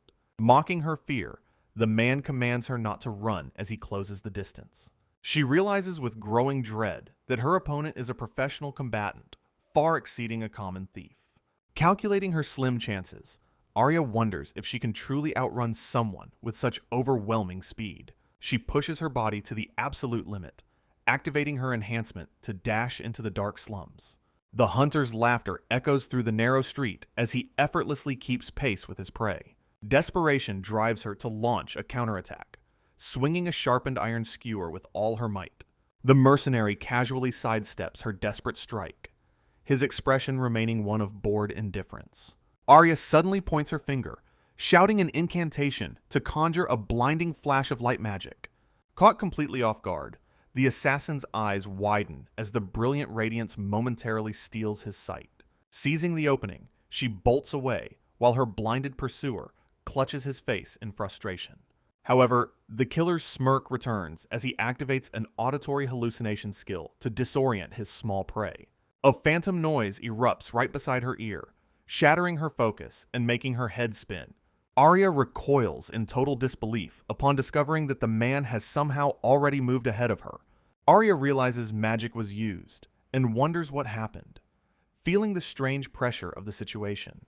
Suddenly, a rough hand clamps down on her head as the assassin gloats about his catch. The mercenary draws his blade with a lethal fluidity, preparing to end the confrontation immediately. Evading a deadly strike, Arya slides across the floor as the man's sword slices only the air. He smirks, noting that she might actually provide some entertainment before the hunt concludes. The young girl retreats into the shadows, her mind racing to find a way to survive. The attacker casually mentions how he can track her movements despite her attempts at stealth. Crouched low, Arya acknowledges that this is a true battle for her very life. She clenches a sharp iron skewer between her teeth, resolving that running is no longer an option. With a sudden surge of mana, she lunges forward, like a beast to catch him off guard. The mercenary's eyes widen in genuine surprise at the child's unexpected and violent burst of speed. She vows to leave a permanent mark on him, forcing him to regret treating her like prey. Charging with absolute focus, Arya attempts a desperate strike as the man begs for a timeout. She leaps back onto a nearby roof, distancing herself from the confusing and dangerous warrior. The man laughs heartily, scratching his head while apologizing for the aggressive and unannounced test. Arya glares at him with a weary expression, tired of meeting bizarre and overbearing adults. He expresses amazement at her ability to cast healing magic, asking who her master could be. Ignoring his praise, she bluntly asks what a common thief wants with a wandering child like her. The man takes offense, proudly declaring himself a legitimate scout registered with the official Adventurers Guild. He shoves his identification tag toward her face, explaining the difference between a criminal and a professional. He displays his rank 4 identification tag, proving his status as a high-level and professional adventurer. Gazing at the metal plate, Arya acknowledges that he is truly a seasoned combatant with significant experience. Introducing himself as Velo, the man claims to be 35, while Arya feels a strange sense of familiarity. She inquires about the job, learning it's a private request rather than an official mission from the guild. Vilo explains he needs security assistance, believing her unique skills are more than sufficient for the task ahead. Asking about refusal, she learns he won't force her, because unwilling partners are simply a waste of time. He points out that her courage and resolve are the most vital qualities for such dangerous work. Vilo offers to cover her living expenses and provide a daily wage during her necessary combat training period. Arya eventually accepts the proposal, prompting a cheerful and relieved reaction from the boisterous mercenary scout. Internally, she remains guarded, knowing it's still far too early to place her full trust in this stranger. Despite her hesitation, she recognizes that this man is undeniably superior to her in every combat category. She resolves to steal his techniques to increase her own rank and combat power for her ultimate survival. As they navigate the busy main street, Vilo announces they must first visit the guild for her registration. Pedestrians turn their heads to stare at the young girl, her ragged appearance drawing significant attention from the crowd. Vilo senses the uncomfortable gazes and wonders why everyone is looking at the child so strangely right now. Arya asks him what's wrong, as he stops suddenly to address her while they walk through the market. The two stop at a textile shop, filled with various fabrics and rolls of high-quality colorful cloth. Vilo inquires about a cloth to wrap around her neck, specifically something that can effectively hide her face. He tells her to choose whichever one she likes, promising to pay for the new item himself. Touching her tattered rags, Arya realizes her worn-out clothes were causing her to stand out far too much. Arya looks presentable in her new outfit, drawing surprised gazes from the shopkeepers who previously judged her appearance. Vilo tosses her a pair of shorts, insisting they are more practical for the rigors of actual combat training. He explains that loose, fluttery clothing is a dangerous distraction when blades start flying in a life-or-death struggle. Finally reaching their destination, the grand and imposing facade of the local adventurers guild looms right before them. Inside, the massive wooden quest board is covered in posters detailing dangerous monsters and lucrative bounties for brave warriors. They approach the quiet reception desk, where a professional woman diligently manages the guild's daily business and registrations. Vilo requests a new membership for Arya, prompting the receptionist to look up with a mix of genuine surprise. Skeptical of her small size, the woman inquires about combat skills before Vilo confirms her proficiency in dagger arts. The receptionist explains that a test is required to verify rank 1 skills, catching Arya completely off guard and nervous. Vilo grumbles about the 5 silver coin fee for the official skill evaluation, as he considers their limited funds. He asks to rent a training room instead for 1 silver per hour to teach her the basics personally. Leaning in close, Vilo suddenly whispers to Arya, asking if she truly possesses the rare ability to use healing. Shocked that such a young child can cast light magic, the receptionist agrees to proceed with the membership evaluation. The woman instructs them to wait as she leaves the counter to prepare the necessary documents for the registration. Returning shortly, she offers a polite apology, while Vilo maintains a cautious and somewhat suspicious gaze toward the guild. She warns Arya that young light magic users are frequently exploited by unscrupulous adventurers looking for easy profit elsewhere. Vilo scratches his head, mentioning that his own party is currently inactive while he contemplates the receptionist's stern warning. Arya firmly declares her desire to learn combat arts, offering to pay the processing fees from her own pocket. Both adults stare in stunned silence at the young girl's remarkable display of independence and financial self-sufficiency. Vilo eventually yields and offers to cover the costs, while the receptionist hands Arya the official registration form. Vilo fills out the registration form, casually claiming that Arya is a small 10-year-old girl, prompting him to ask for her name, which she provides with a short and quiet response. While the receptionist watches them with an increasingly suspicious and judgmental expression behind the counter, suddenly, the woman directly accuses the rugged mercenary of kidnapping the small child for his own gain. Vilo snaps back defensively, telling her to look at his honest face before making such rude assumptions. The receptionist remains unconvinced, her eyes narrowing as she scrutinizes the unlikely pair standing before her. She repeats her accusation more intensely, causing Vilo to shout his innocence in a sudden fit of rage. Down in the guild's basement training area, a target explodes under the force of a powerful thrust. Arya exhales slowly after completing her skill demonstration, while Vilo watches her with a satisfied, proud smirk. The receptionist claps her hands together, genuinely impressed by the young girl's remarkable and precise combat display. Officially welcoming her as a rank 1 adventurer, the woman hands over a shiny new identification tag. Quickly shifting her tone, the receptionist demands that Vilo pay the outstanding registration and room rental fees. She mockingly notes that treating a cute child differently from a grumpy adult is perfectly natural behavior. Arya reflects on how her mana control allows her to extend her blade's reach with the thrust skill. Walking away in a huff, Vilo grumbles about the unfair treatment, while Arya follows close behind him. The receptionist notes that while rookies usually face harassment, Arya was shielded by Vilo's presence and rank.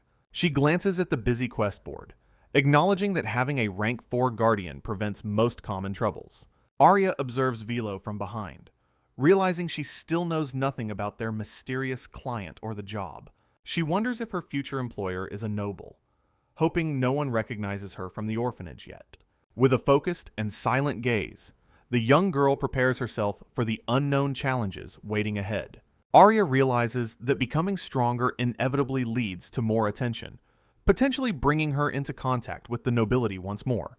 She contemplates a life-defining choice between running away entirely or maintaining her secret identity to survive the coming events. Vilo reaches out his hand, asking Arya to show him the knife she currently uses as they walk together. The young girl looks up in silent confusion, wondering why the experienced mercenary is suddenly interested in her simple tool. She draws her tattered blade, handing it over to the scout who prepares to evaluate its quality and combat readiness. Vilo examines the worn steel with a critical eye, quickly noticing the blade's poor craftsmanship and numerous visible imperfections. As they continue their walk, he asks if the weapon was a gift, receiving a short and vague confirmation. He suggests keeping the fragile knife for butchering animals, warning that it will lose its edge instantly in real combat. Arya inquires about her defense, looking at Vilo as he begins to lead her toward a specific nearby location. Telling her not to worry, Vilo marches forward confidently, leaving the crowded main street behind for a quieter area. He reveals that visiting a legendary local blacksmith was actually his primary objective for traveling to this specific town. Reaching the forge, Vilo shouts for Garbas while leading the curious girl toward the entrance of the stone building. Deep inside the dark workshop, a stout silhouette works diligently before the intense heat of a glowing, active furnace. The blacksmith breathes out a heavy sigh, looking quite bothered by the loud and persistent shouting from the street. Vilo continues to call out for his friend, standing right at the doorstep while Arya waits patiently beside him. Garbus finally snaps at the mercenary, telling him to shut up and come inside while Arya covers her ears. The dwarf recognizes Vilo but continues to address him mockingly, prompting a frustrated response from the seasoned mercenary scout. Vilo presents a small cloth pouch, informing the blacksmith that he has finally gathered all the rare materials requested. The pouch contains fire lizard magic stones, rare and valuable gems needed to raise the forge's temperature for crafting. Garbus dashes back to his work, while Vilo grumbles about the lack of proper payment for his dangerous scouting mission. Garbus offers to restore Arya's old knife to a brand new state while she remains cautiously silent. The experienced dwarf examines the child with a curious look, hiding his true thoughts behind his beard. Vilo casually refers to Arya as his disciple, asking if a better knife is available for her. Garbus scoffs at the request, pointing Arya toward a box of junk weapons to scavenge from instead. The young girl carefully draws a rusted blade from the bin, testing the feel of the cold metal. Vilo looks on with a critical expression as Arya considers her meager options among the discarded steel. They step back out into the sunlit alley, discussing whether her current weapon was merely a handout. The blacksmith hands back a weapon, advising her to keep a spare specifically for butchering forest game. Arya listens intently to the seasoned mercenary's advice while they stand outside the dusty stone workshop. Vilo tells Arya to follow him while she shouts for him to wait for her to catch up. The mercenary explains that visiting this particular forge was the primary reason he traveled to this town. Reaching a stone building, Vilo loudly shouts for his old friend Garbus to reveal himself at once. A dark-hilted blade is produced, its polished surface catching the dim light of the busy workshop. Velo's eyes bulge in shock upon recognizing the rare material used to craft the child's new weapon.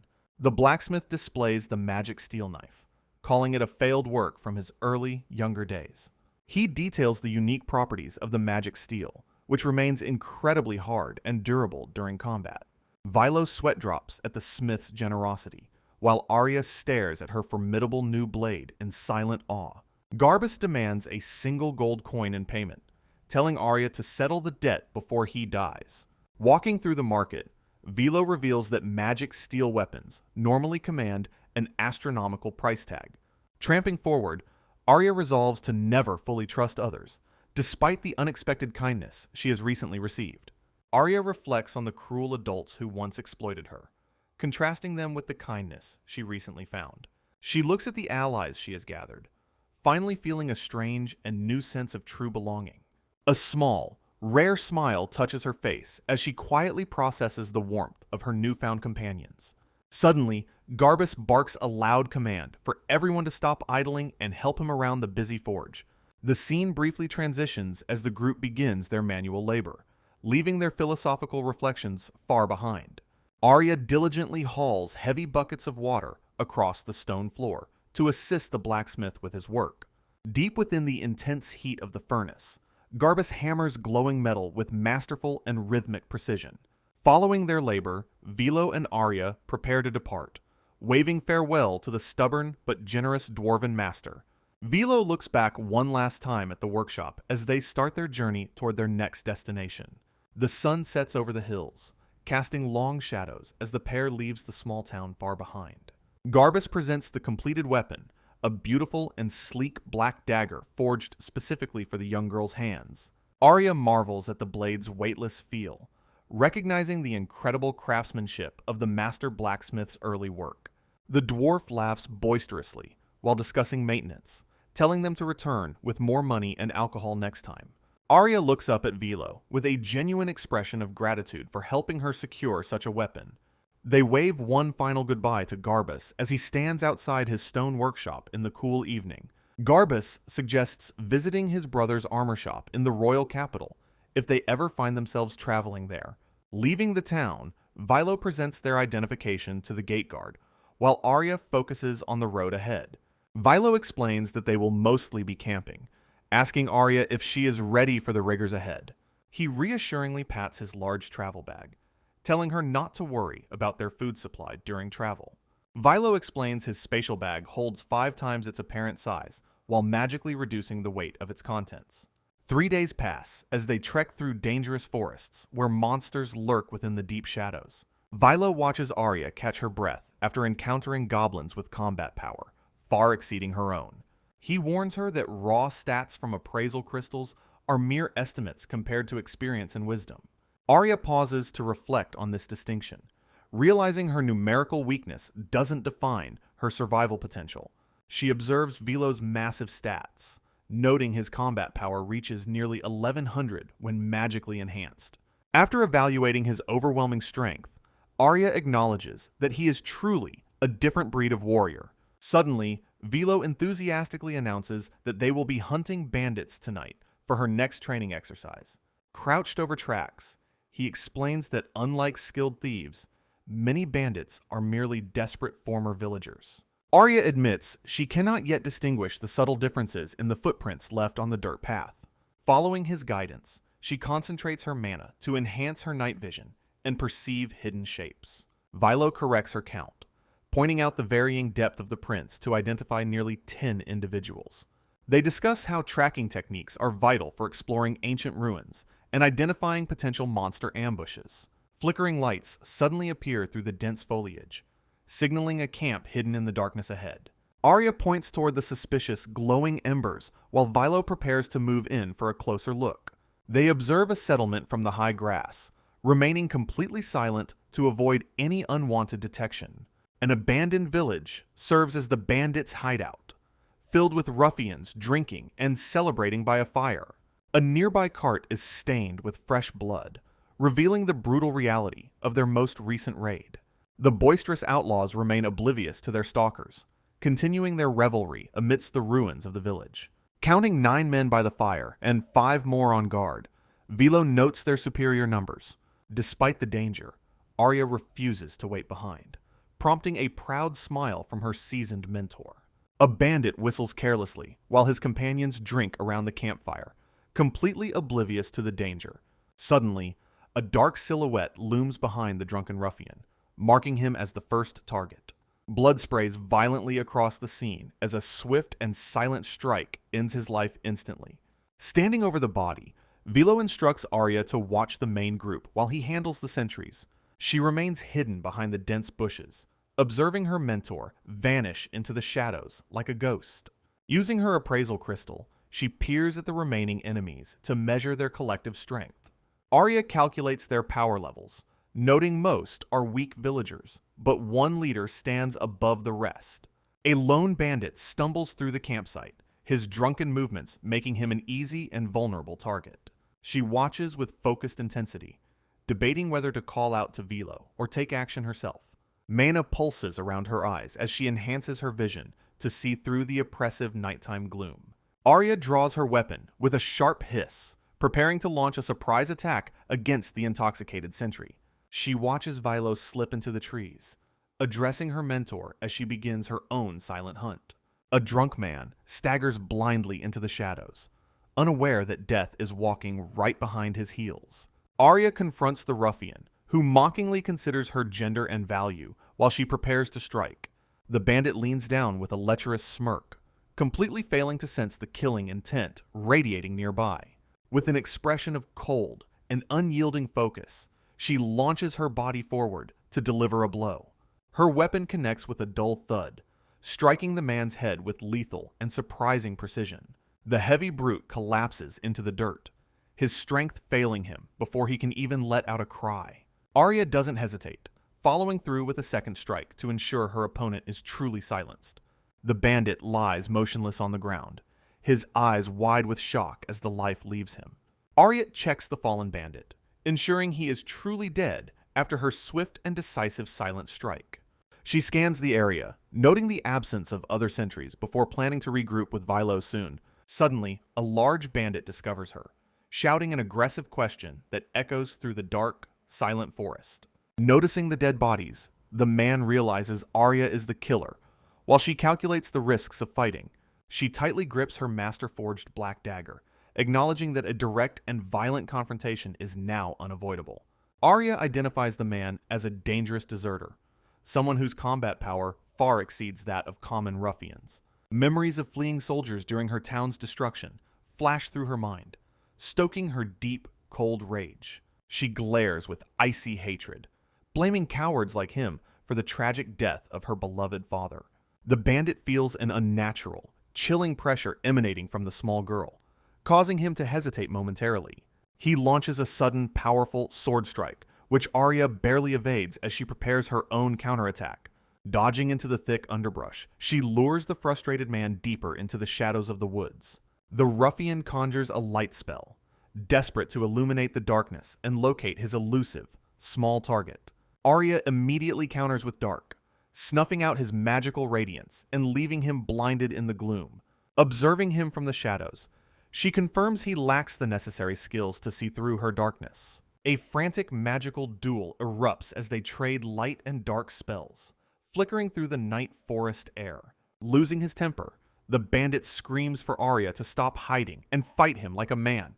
She remains hidden and silent, noting his lack of detection skills while analyzing his obvious combat patterns.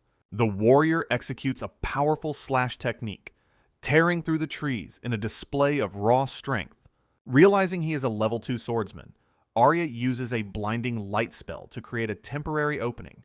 She activates dark once more, resolving to buy enough time to survive this high-stakes encounter. The bandit leans over, gasping for breath as his physical stamina reaches its absolute limit. Arya observes from the shadows, noting his body enhancement has vanished along with his depleted mana. The exhausted ruffian stumbles forward, his once threatening presence reduced to a pathetic and vulnerable state. Seizing the opportunity, she moves with lethal intent, critiquing his poor survival judgment during the hunt. With a sudden, violent motion, her sharp blade slices deep into the bandit's leg. The man screams in agony, his face twisting with a mixture of intense pain and fury. Arya leaps through the air with a decisive swing, while her opponent shouts in desperate rage. Her master-forged dagger bites into his arm, easily bypassing his clumsy and slow defensive movements. Landing gracefully, the young girl stares back with cold, emotionless eyes as the battle nears completion. The wounded mercenary staggers back, clutching his bleeding limbs while the forest remains eerily silent. She tightly grips her weapon, focusing every ounce of her internal energy for a final strike. Looking toward her mentor in the distance, Arya prepares to end the life of the deserter. The bandit mockingly questions if a mere child can truly finish a seasoned warrior like him. Arya coldly tells him to watch her next move, revealing the terrifying extent of her growth. He looks down in confused silence, his mind struggling to process the speed of his target. With a focused glare, she activates her magic to deliver a devastating and final tactical blow. A brilliant flash erupts from her blade as she executes a perfectly timed and lethal maneuver. The heavy brute crashes onto the grass with a final thud, his consciousness fading into darkness. Standing over her fallen enemy, she asks him how long he thought he could actually survive. The bandit lies defeated and silent in the dirt, his reign of terror permanently extinguished. Arya whispers a final farewell as the bandit leader gasps his last breath under her cold gaze. A sharp, decisive slash rings through the air, permanently ending the threat of the desperate deserter. Regrouping at the camp, Arya drags the leader's oversized sword back toward a waiting Velo. Velo waves casually while sitting near the gruesome pile of defeated bandits they cleared together. She presents her loot, wondering if the heavy weapon is actually worth keeping as a trophy. Vilo identifies the blade as a cheap, mass-produced item commissioned by the local nobility for soldiers. The mercenary asks for a light for his pipe, but Arya suggests he should quit smoking. Despite her protest, she conjures a tiny spark to ignite his tobacco, while he smiles contentedly. They watch the bandit hideout burn, deciding to seek a comfortable inn in the next city. 3 days later, the massive and heavily fortified city of Count Taurus appears on the horizon. At a busy tavern, Arya focuses on her soup, while Vilo enjoys a drink among commoners. Vilo checks if she is satisfied with the meal as she continues to eat in silence. She addresses him as a middle-aged man, prompting him to once again insist he is only 35. They discuss their departure while staring at the empty bowls of their hearty and much-needed meal. Arya tries to remain inconspicuous, while a waitress passes by their table in the crowded tavern. Vilo points out that her hair has a unique luster, caused by her rapidly increasing mana. She considers asking for furnace ash to better hide her recognizable hair from prying noble eyes. He warns that simple disguises won't work forever, as her magical presence continues to grow stronger. Vilo slides a handwritten note across the wooden table, encouraging her to study more advanced techniques. Arya examines the document, discovering incantations for tactical dark magic spells, like noise and weight. Vilo hands Arya a heavy bag at the tavern, telling her to keep its contents for her journey. Inside, she finds a set of professional throwing knives specifically chosen for long-range combat and training. Arya looks at the specialized weapons, realizing her mentor went through great effort to procure them for her. Vilo dismisses her thanks with a grin, claiming the equipment is merely a necessary expense for their work. After rewarding the helpful waitress, Arya notes she received 3 gold coins for the previous bandit hunt. She decides to save 1 gold coin to eventually repay Garbus for her masterfully forged black blade. And setting off once more, Arya questions Vilo about their final destination as they traverse the open plains. He looks eastward, revealing that they are heading toward the distant and influential territory of Count Dandal. Their current mission involves guarding a secluded resort where high-ranking nobility frequently visit for rest and recovery. Arya inquires about her role, learning the mysterious client specifically requested the presence of children for security. She ponders if this anonymity will keep her safe from those who might still seek her royal bloodline. She thinks about the game's heroine, wondering how her own presence might disrupt the predetermined roles of fate. While battling forest monsters, Arya resolves to face her coming trials, rather than spending her life in hiding. 1 week of travel passes before the pair finally arrives at the border of the lush Dandal territory. Arya anticipates her first official job, knowing she will soon encounter girls often labeled as game villainesses. Meanwhile, deep within the Credel Kingdom royal castle, officials confirm the safe departure of a high-ranking noble. A man stares thoughtfully out a window, noting they will enter the Dandal lands within 2 weeks' time. The Chancellor, Berthfa Melrose, expresses his confidence in the local forces to manage the resort's security duties. Historical maps reveal the complex political merger of 3 formerly separate kingdoms into the current Credel nation. Officials discuss the resort's defense, noting that a secret department is already overseeing the protection of the guests. Chancellor Melrose's attendant explains that his sister and the Secret Intelligence Department are currently handling the delicate security matter. The stressed official rubs his face, exhausted by the endless political duties and complex domestic affairs of the kingdom. Melrose reflects on his desire to retire soon and spend his remaining years peacefully surrounded by family and grandchildren. The attendant suddenly reports that a young girl has been discovered within the borders of the distant Horus territory. They discuss the child's distinctive features, noting how her unusual hair and eye colors resemble his own lost daughter. Memories of 10 years ago surface, recalling his daughter running away with a young knight apprentice before tragedy struck. He recounts the devastating monster outbreak that reportedly claimed the lives of both his beloved daughter and the knight. Despite the official records, a survivor named Alicia has appeared, claiming to be the daughter of a fallen noble. The attendant suggests sending an elderly relative to manage the orphanage where the girl was found to verify her identity. The official decides to verify her claims first, planning to adopt her into the family once the lineage is confirmed. Returning to the present, Vilo calls out to Arya as they prepare to enter the restricted and high-class noble resort. Arya looks toward the grand, silhouetted castle in the distance, expressing a quiet interest in the massive stone structure. A serene lake stretches out before them, reflecting the tranquil but highly secured environment of the aristocrats' vacation grounds. They trudge along the shore, the high walls of the estate looming closer as they approach the main entrance. Finally reaching the heavy iron gates, the 2 travelers are met with the stern and watchful gaze of guards. Vilo displays his adventurer's tag, identifying himself as the renowned Rainbow Sword to the skeptical and armored sentry. The guard gasps in shock upon hearing the famous mercenary's title, his defensive posture relaxing almost immediately with awe. While the guard rushes inside to confirm their arrival, Arya repeats the title Rainbow Sword in curious, silent confusion. Shortly after, a dignified butler in formal attire approaches the gate to personally welcome the expected and high-ranked guests. Vilo greets the man, Castro, with a familiar and confident smirk, indicating a long-standing professional relationship between them.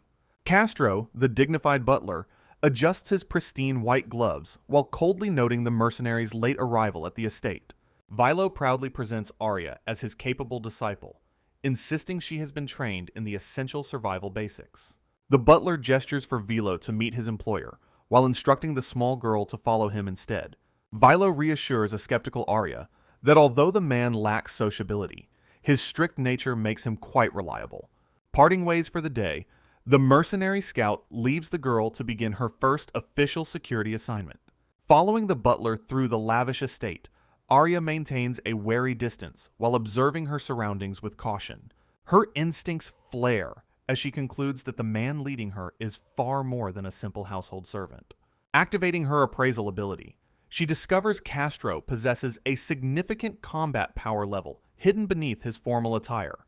A spear suddenly whistles through the air, forcing Arya to execute a desperate and agile dodge to safety. Drawing her blade, she demands to know the reason for this sudden and unprovoked display of lethal violence. The spear remains buried in the dirt, while the two stare each other down in a tense, silent standoff. Castro admits that Vilo's boast about her sharp reflexes wasn't an entire lie after seeing her move firsthand. He bluntly states that if she had been injured by such a simple strike, he would have fired her.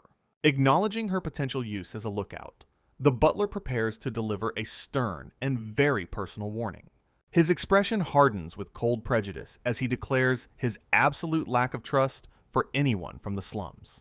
He claims that those from the bottom of society lack integrity and would betray anyone for a meager profit. Arya remains silent under his gaze, her eyes reflecting an unreadable mixture of calculated coldness and internal resolve. Clicking his tongue in annoyance, the butler turns away to hide his obvious disdain for the young girl's origin. He orders her to gather her belongings and follow him to the post where she will begin her work. The narrative reflects on the complex truth of the slums, where despair and survival force many into difficult choices. Castro leads Arya deep into a neutral forest zone, explaining it lies between several different noble territories. Pointing toward a small, isolated hut, he designates her primary task as monitoring for any stray forest beasts. The butler departs for the estate after stating her observation. Duty will last at least 1 full month. Reaching the dilapidated shack, the girl concludes that she was given a lowly job because of her background. A heavy cloud of dust erupts as she opens the door, causing her to cough in the stale air. Scanning the room, she observes a few abandoned barrels and sacks littering the cramped and messy interior. Her footsteps echo against the dusty floorboards as she investigates her temporary and highly insecure new living quarters. Inspecting the meager rations provided, she reflects on the difficulties of surviving alone in such a remote location. Dropping her heavy pack onto the floor, she resigns herself to the reality of her current security assignment. She carefully inventories her survival gear, noting her daggers, potions, and basic dried food supplies for the coming month. Prioritizing her immediate needs, she washes away the grime with a steady stream of magically summoned water. Concluding that the small hut is too exposed and defensively weak, she decides against using it as a base. She ventures further into the surrounding woods, seeking a more secure and hidden vantage point to rest safely. Looking upward into the dense canopy, Arya searches for a sturdy branch to establish a temporary elevated camp. Finding a clear view of a nearby lake, she notes that no other water sources are currently available nearby. Testing her combat growth, she executes a powerful thrust technique that strikes a nearby withered tree with force. She maintains her focus, channeling her internal mana to enhance the speed and precision of her physical movements.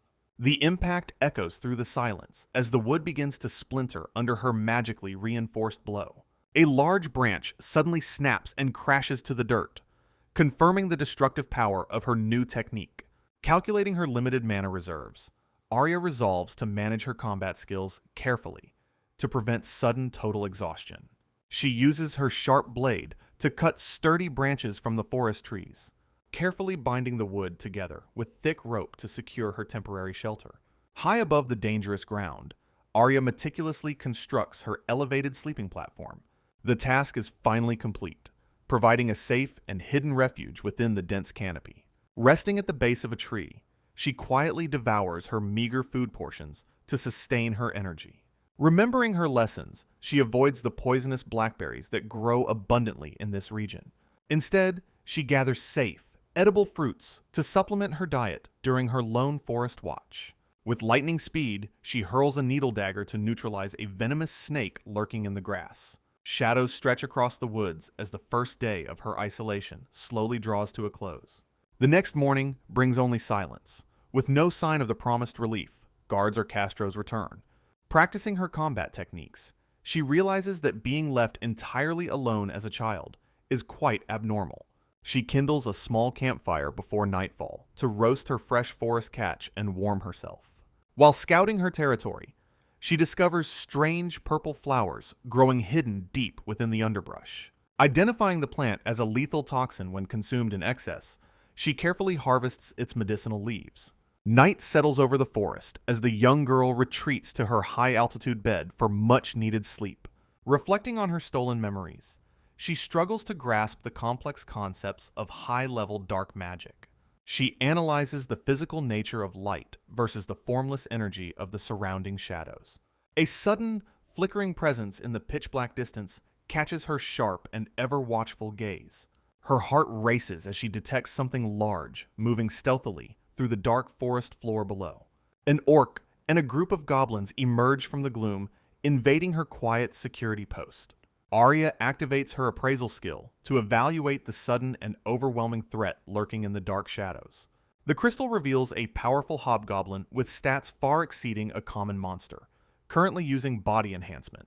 Hiding behind a thick trunk, she wonders why such a high-ranked creature is wandering near her post. The massive brute and his smaller companion move closer to her makeshift campsite, unaware of her presence. Suddenly, a lone lantern flickers in the distance, belonging to a maid approaching the dangerous monster-infested area. The girl watches in silence as the maid walks deeper into the woods, completely oblivious to the danger. Horror strikes as the monster finally notices the defenseless human, who screams in absolute soul-shattering terror. Arya realizes that ignoring the situation will result in a meaningless and brutal death for the innocent woman. With a heavy heart, she prepares to abandon her concealment and engage the superior enemy to save her. She leaps from her high perch, channeling all her mana into a single, decisive, and silent killing blow. A blur of motion follows as she descends upon her target with predatory speed and cold, unwavering intent. Her black dagger plunges deep into the hobgoblin's skull, catching the beast completely off guard during its hunt. Blood erupts from the fatal wound as the monster collapses, its life force extinguished by the child's precision. Meanwhile, back at the resort's staff quarters, a group of servants begins searching for the missing maid. A woman inquires about Mina's location, learning she went to deliver food to the newly arrived orphan guard. The headmaid is informed that the child was brought by Vilo, a famous and high-ranked adventurer scout. She recalls Vilo's status as a member of the elite Rainbow Sword Party, realizing the child's true potential. Sensing a serious security breach, she urgently commands that Castro be summoned to the hall right this instant. Back in the forest, the initial surprise attack fails to finish the larger monster, forcing Arya into combat. She maneuvers between the remaining goblins, her blades flashing in the dark as she fights for her life. Arya lands a powerful magical strike squarely on a goblin's forehead, making the creature scream in sudden agony. She dances through the shadows, her twin blades cutting through the air with lethal and blinding speed. Leaping onto the monster's back, she drives her dagger deep into its neck to finish the job. The young girl stands amidst the carnage, her silhouette framed by the falling corpses of her enemies. Scanning the hobgoblin's status, she notes its health is dropping rapidly as its combat power begins to waver. Splattered with fresh blood, Arya maintains her composure while tightening her grip on her master-forged steel. The remaining monsters roar in a mixture of fear and fury as their pack leader falls before them. Ignoring the cries, she charges forward to eliminate the smaller goblins before they can regroup and counterattack. Kicking up dust, she maneuvers with preternatural agility to keep her opponents disoriented in the dark woods. She observes the hobgoblin struggling with a severe concussion, realizing it is currently vulnerable to a final strike. Arya bolts toward the staggering brute, determined to end the battle before more reinforcements arrive on the scene. A goblin recoils in shock as a series of thrown iron skewers whistle past its head. The projectiles find their mark, sinking into the monster's flesh with a series of sharp, sickening thuds. With a fluid motion, she executes a sweeping slash that tears through the goblin's defenses in an instant. The young assassin pauses briefly to reassess the battlefield, her eyes fixed on the last standing threats. A goblin screams in a desperate frenzy as it lunges at her with a rusted, jagged blade. Blood sprays across the area as Arya delivers a decisive counterstrike that silences the creature forever. Staring with a cold and empty gaze, the girl reflects on the harsh necessity of this violent struggle. The final goblin gasps in pure disbelief upon realizing its entire hunting party has been systematically eliminated. Arya finishes the last beast with blinding speed, completing her systematic purge of the forest area. Arya executes the final goblin with a precise strike, noting the creature's lack of natural night vision skills. She retreats into the shadows between the massive trees, observing the varied abilities of the remaining monster pack. The confused goblin searches frantically for its hidden assailant while the silence of the forest looms heavily. Arya silently maneuvers behind her next target, her small form completely obscured by the oppressive nighttime gloom. With a sudden burst of power, she plunges her dagger through the monster's chest to silence it forever. The young girl stares down at the fallen beast, already calculating the most efficient way to clear the area. Another projectile whistles through the air, striking a nearby goblin in the shoulder with surprising and lethal accuracy. She analyzes her aim, realizing she missed the neck, but still managed to significantly weaken her desperate opponent.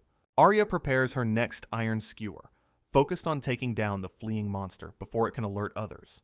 Gripping the needle dagger tightly, she visualizes the exact point of impact for a certain and instant kill. Leaping with preternatural agility, she drives the steel into the creature's skull to conclude the brief and violent encounter.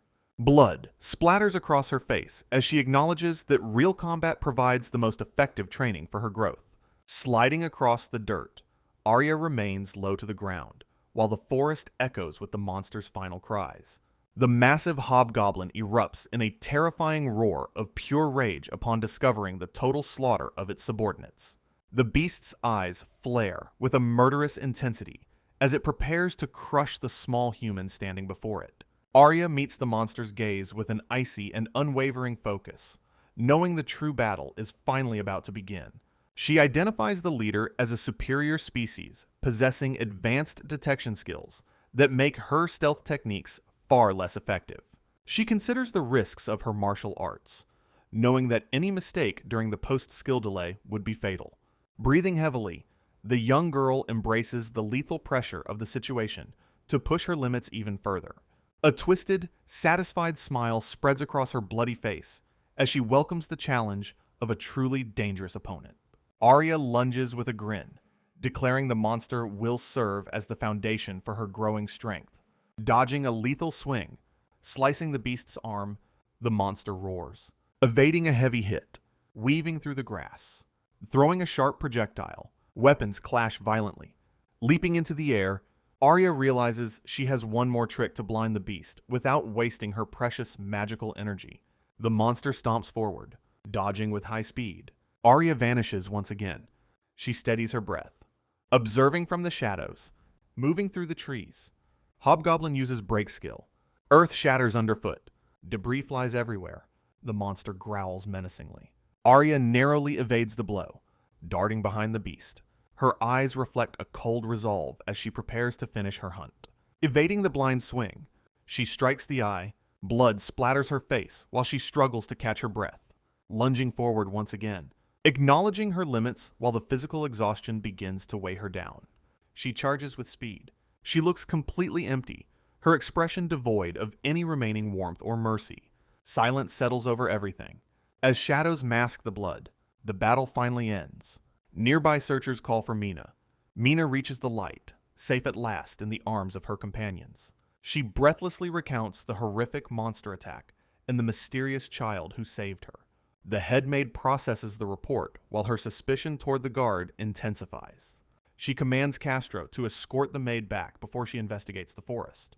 Her expression hardens as she warns the butler about the grave consequences of his oversight. Castro bows in shame, accepting full responsibility for the dangerous failure at his post. Castro finds the trembling maid, Mina, offering his hand as they prepare to return to the estate. Meanwhile, the headmaid Sarah dashes through the dark woods, her movements a blur of professional lethal speed. Brandishing her blades, Sarah hunts for the source of the monster attack while reflecting on Mina's incredible survival. She discovers a trail of goblin corpses littering the forest floor, a testament to a fierce and bloody struggle.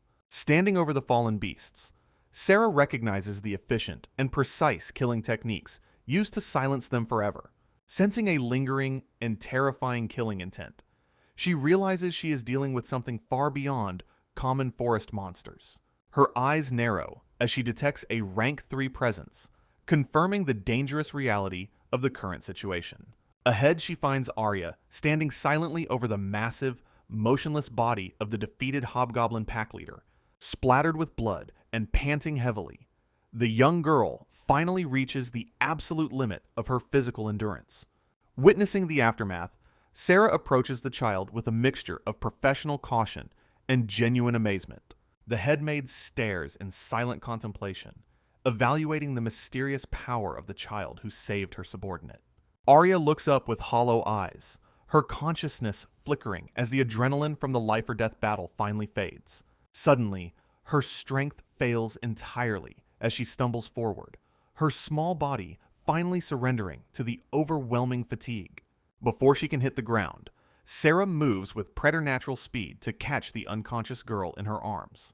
The headmaid holds the child gently, deciding to bring her back to the estate for immediate medical attention. As night gives way to dawn, the grand silhouettes of the Dandol resort loom over the quiet morning landscape. Inside the high walls of the castle, the staff prepares for another day of service amidst the lingering tension. Arya slowly blinks her eyes open, her vision blurred as she attempts to process her unfamiliar and luxurious surroundings. Sitting up in a soft, clean bed, she realizes she has been moved from the forest to a room. Touching her skin, she is stunned to find her many wounds completely gone, thanks to high-level healing magic. Arya's status crystal confirms her significant growth, showing newfound levels in throwing, dark magic, and increased combat power. Despite her success, she remains confused by the acquisition of dark magic instead of the art she practiced. Her internal mana flow feels remarkably smoother, a direct result of her magic control reaching the second rank. She realizes that a dark attribute magic stone has likely formed within her heart during the intense battle. A sudden sound at the door interrupts her thoughts, alerting her sharpened senses to an approaching visitor. A heavy boot stomps into the room as the door swings open to reveal a familiar presence. Vilo bursts inside with a boisterous greeting, relieved to see his young disciple finally awake and recovered. The girl stares back with a deadpan expression, having already predicted the mercenary's noisy and unannounced arrival. Vilo presents a basket of hearty meat while scolding her for recklessly engaging a dangerous hobgoblin pack alone. Arya quietly eats her meal, resolving to execute her next combat maneuvers with even greater precision and efficiency. Her mentor explains that the strays were missed by local patrols and asks her about her next steps. Vilo hints at a new assignment before calling for the headmaid to enter the quiet recovery room. The door creaks open once more as a silent and highly disciplined figure steps into the light. Activating her appraisal, Arya is stunned by Sarah's massive combat power, which rivals even Vilo's formidable strength. She realizes this woman is no ordinary servant, possessing a suppressed aura and the skills of a veteran. Sarah immediately reprimands Vilo for providing heavy meat to a child recovering from such an intense fever. Her gaze remains stern as she prioritizes the girl's health over the mercenary's lack of common sense. The headmaid swiftly replaces the meat with a gentle milk porridge, while Vilo cowers in the background.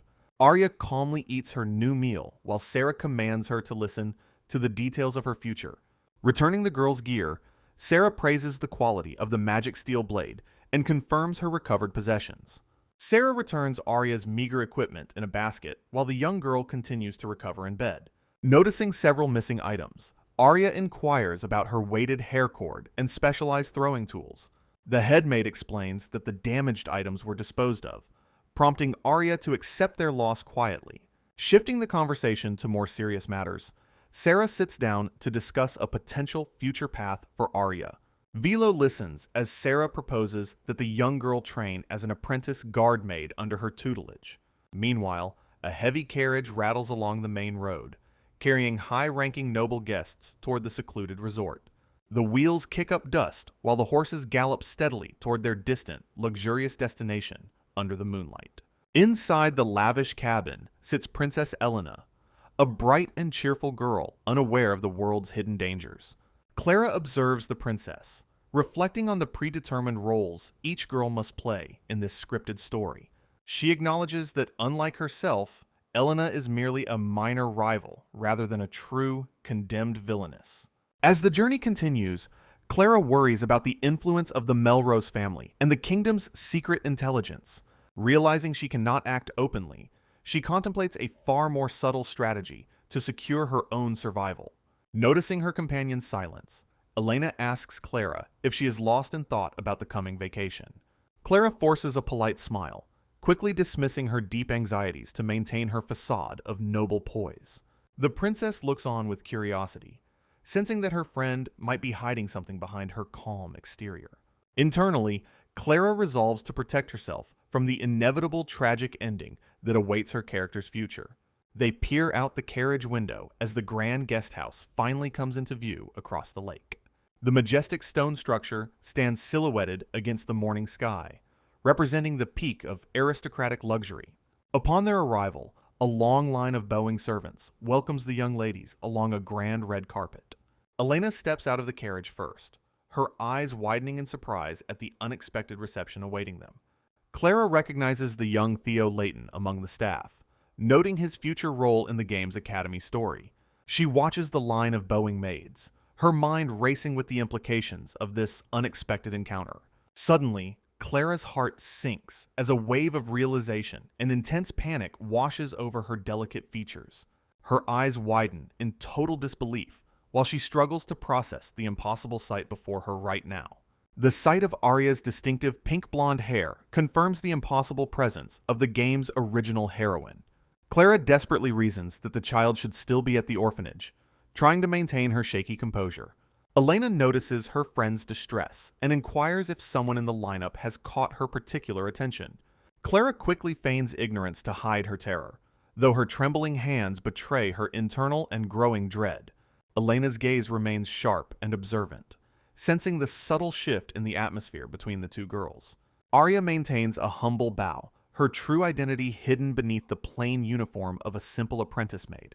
Unexpectedly, Princess Elena reaches out and asks if Arya can be assigned directly to her personal service.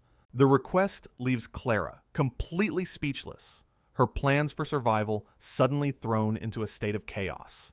Elena offers a gentle and disarming smile, seemingly charmed by the young girl's quiet and stoic presence. Arya looks up with a neutral expression, unaware of the complex political and narrative storm swirling around her. The scene shifts back to the bedroom as Arya processes the shocking proposal to become a guard maid. Sarah questions the girl about her origins and true age while Arya continues to eat her light meal. Revealing her name and age as 7, Arya causes Vilo to erupt in a fit of pure disbelief. Vilo shouts in shock while Sarah scolds him for his total lack of awareness regarding his own disciple. Sarah concludes that Arya's high mana capacity has significantly accelerated her physical growth and mental maturity. The young girl remains silent as the adults discuss the extraordinary potential hidden within her small frame. Sarah firmly states she won't force Arya, as she has no use for those who lack true commitment. The headmaid challenges Arya, asking if she is truly satisfied with her current level of combat power. Sitting silently in her bed, the young girl ponders the weight of the life-changing offer presented to her. Arya makes her decision, staring back with an icy gaze as she officially accepts the difficult role. A faint, knowing smile touches Sarah's lips, satisfied with the child's display of resolve and inner strength. Introducing herself as Sarah Layton, she explains her dual role, managing both the domestic staff and estate security. The girl introduces herself as Arya, a solitary adventurer seeking a way to survive in this harsh world. Sarah expresses high expectations, noting that Arya may eventually become a formidable combat maid under her specialized guidance. The head maid begins the lecture on etiquette, detailing the specific ways to address superiors and high-ranking guests. Mina suddenly interrupts, peering through the doorway with a bright and energetic expression to check on the patient. The cheerful maid is overjoyed to see that the mysterious child who saved her is finally awake. Sarah instructs Mina to help Arya wash up and teach her the basic requirements of the maid uniform. Arya remains stoic throughout the chaotic scene, mentally preparing for the transition from warrior to humble servant. The headmaid declares that work officially begins at sunrise, commanding the girl to report to the backyard. Hidden behind a privacy screen, the young girl begins the process of cleaning away the grime of battle. Mina explains the hierarchy of the estate, while Arya enjoys the rare luxury of a warm, soothing bath. The energetic maid meticulously scrubs Arya's hair, warning her that the head maid demands absolute cleanliness at all times. Water cascades over the girl as the bath concludes, signaling the start of her transformation into an apprentice. Standing before a wardrobe of identical uniforms, Mina provides detailed instructions on how to properly fasten each button. Arya finds the complex dressing process to be a significant hassle as she carefully pulls on her new socks. Mina gushes over Arya's new appearance, her face flushed with excitement as she admires the young girl's transformation. Arya stands awkwardly in the oversized maid uniform, feeling the heavy fabric while Mina squeals at how cute she looks. Following Mina through the grand corridors, Arya learns that the cheerful maid was indeed the one she saved earlier. The lessons begin with table settings, as Mina meticulously demonstrates the proper placement of each piece of silverware. Next, Mina corrects Arya's posture and stride, insisting that a proper maid must carry herself with grace and elegance. The two spend the evening cooking together, where Arya finds her theoretical knowledge matches the practical tasks quite well. As night falls, Mina bids Arya a friendly good night, leaving the exhausted girl at the threshold of her room. Closing the heavy door, Arya finally finds herself alone in the silence of her new and unfamiliar living quarters. She crawls beneath the soft blankets, the weight of the day's transition settling over her as she tries to rest. Staring into the darkness, Arya's mind remains alert, her warrior instincts clashing with the peaceful atmosphere of the estate. She sits vigil on the floor with her blade drawn, unable to fully trust the safety of her comfortable bed. Early the next morning, she conjures a small light to navigate the room before the sun has fully risen. With practiced efficiency, Arya begins the arduous process of fastening the many buttons and layers of her apprentice uniform. Sitting on the edge of her bed, she takes a moment to compose herself before the day's duties begin. She reaches behind to secure her apron bow, finalizing the outfit that hides her true nature from the household. Gripping her master-forged dagger, she contemplates the best location to conceal her weapon within the restrictive maid attire. Tossing aside the bulky undergarments she finds unnecessary for movement, Arya decides to prioritize combat readiness over standard regulation. She silently vaults from her window, choosing a secret exit to avoid any unwanted attention from the morning staff. Slipping back into the familiar shadows of the neutral forest zone, she scouts the area under the pale dawn. Arya reaches her hidden sleeping platform, feeling a sense of relief that her sanctuary remains untouched and secure. Arya checks her belongings, deciding to keep her medicinal herb book close despite the new living arrangements. Standing alone in the quiet backyard, she wonders if she arrived too early for her first training session. Her ears suddenly twitch as her sharp senses detect a subtle presence lurking in the nearby shadows. Contemplating the situation, she considers whether this unannounced encounter is a hidden part of her specialized training. A young boy emerges from the trees, commenting on her ability to perceive his hidden position so easily. Leaning casually against a trunk, he asks if she is the rumored newcomer who recently joined the staff. Arya stares back with a neutral expression, noting the total lack of murderous intent from the small stranger. The boy mockingly warns her not to get arrogant, boasting that he can also slay common forest goblins. He offers a bright, suspicious smile while continuing his condescending lecture about the dangers of the world. Suddenly, the air whistles as Arya executes a blindingly fast maneuver to catch him completely off guard. She lifts her skirt to reveal the various lethal weapons hidden beneath her humble apprentice-made uniform. The boy screams in shock as he witnesses the terrifying extent of her combat readiness and hidden steel. Standing firm, Arya displays her specialized leg sheaths, while her opponent falls to his knees in pure awe. Wide-eyed with terror, the boy realizes he has vastly underestimated the lethal capabilities of the young girl. Before he can react, a sudden blur of motion signals another high-speed strike from the experienced child assassin. Arya delivers a powerful and precise kick that sends the arrogant boy reeling backward into the dirt. She draws a concealed blade with fluid grace, the polished steel glinting under the pale morning sunlight. Pinning the bully to the ground, she presses her dagger against his throat to end the brief confrontation. The defeated boy breaks into desperate tears, frantically begging for mercy and promising to take full responsibility. Arya looks down in confused silence, wondering why her opponent has suddenly devolved into such a pathetic state. Arya realizes that the loud boy she just defeated is actually Theo, the head maid Sarah's young son. Theo frantically complains about Arya's tactics, while she considers how lucky he is to still be breathing. Sarah offers a formal apology for her son's behavior, which Arya accepts with a simple and disinterested nod. The boy is formally introduced as Theo Layton, an apprentice butler training within the walls of the estate. Meanwhile, the mysterious newcomer is officially registered as Arya, the newest addition to the apprentice maid staff.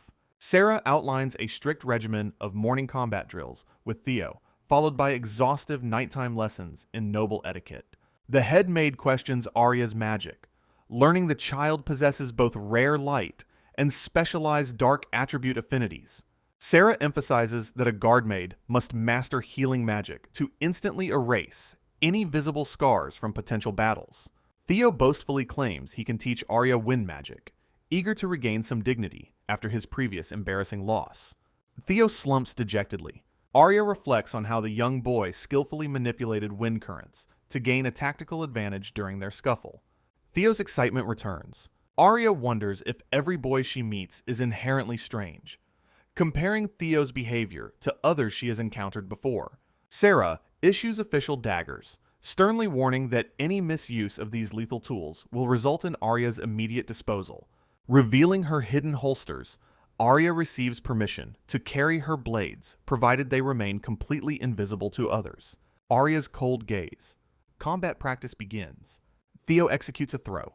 Arya hits the floor, acknowledging that her survival instincts are ill-suited for formal and refined human-to-human martial arts. Pinned to the dirt, she recognizes that Theo's disciplined training makes him a formidable opponent in a fair duel. Sarah announces the end of morning training, calling the two exhausted apprentices to her side for their final task. With a graceful gesture, the head maid activates a magical orb to cast a cleansing spell over the children.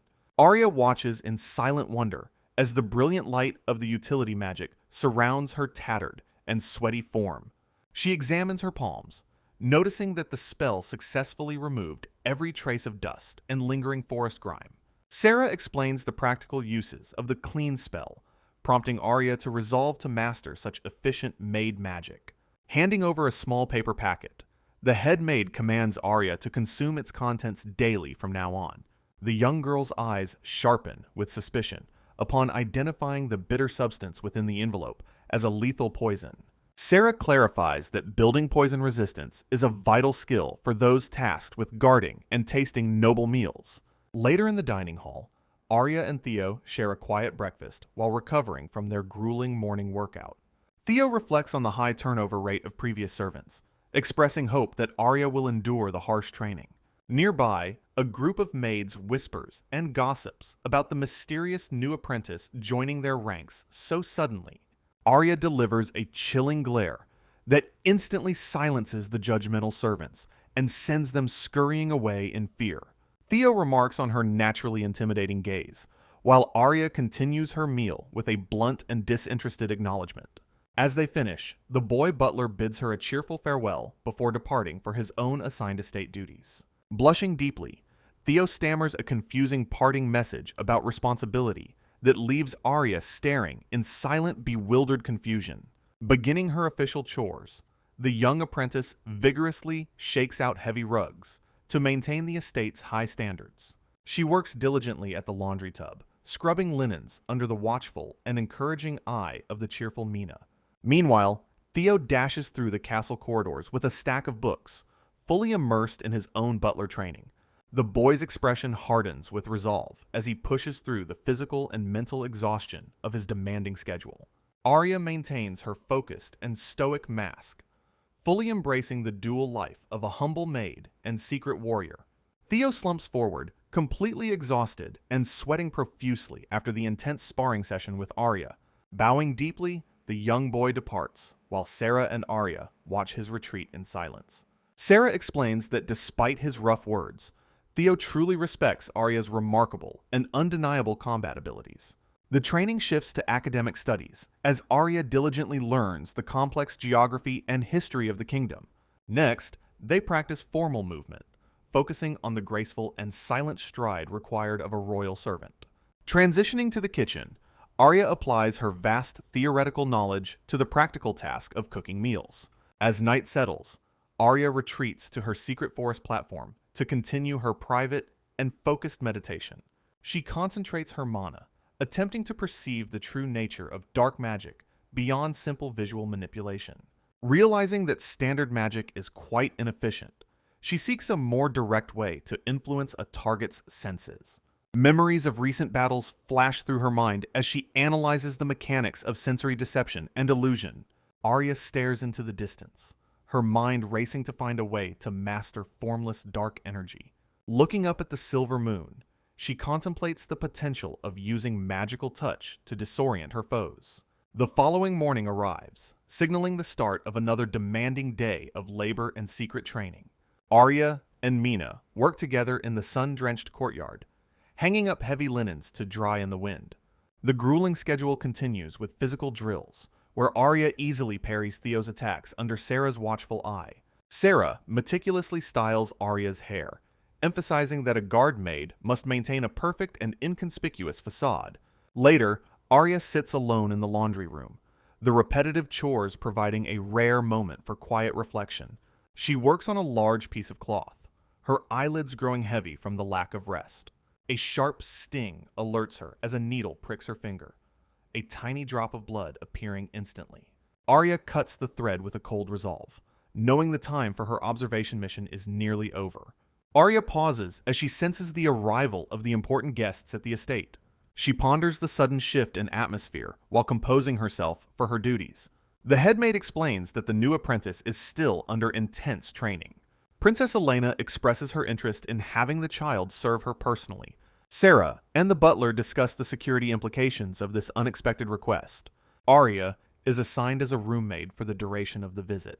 Sarah calls Arya forward to formally greet the princess for the first time. Stepping into the grand room, her movements are precise and silent. She bows gracefully, introducing herself as the apprentice maid Arya. Elena repeats her name, her gaze lingering on the mysterious young girl.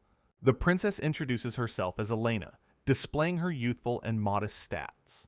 Clara watches from the distance, her heart racing with an overwhelming sense of dread. She looks on in horror, realizing the heroine has entered her life. Arya walks through the vibrant rose garden, a rare moment of peace. Elena welcomes her into the garden for a private and relaxed encounter. Other maids watch with burning envy, resentful of the newcomer's sudden favor. The princess giggles at Arya's bluntness, finding her lack of pretense refreshing.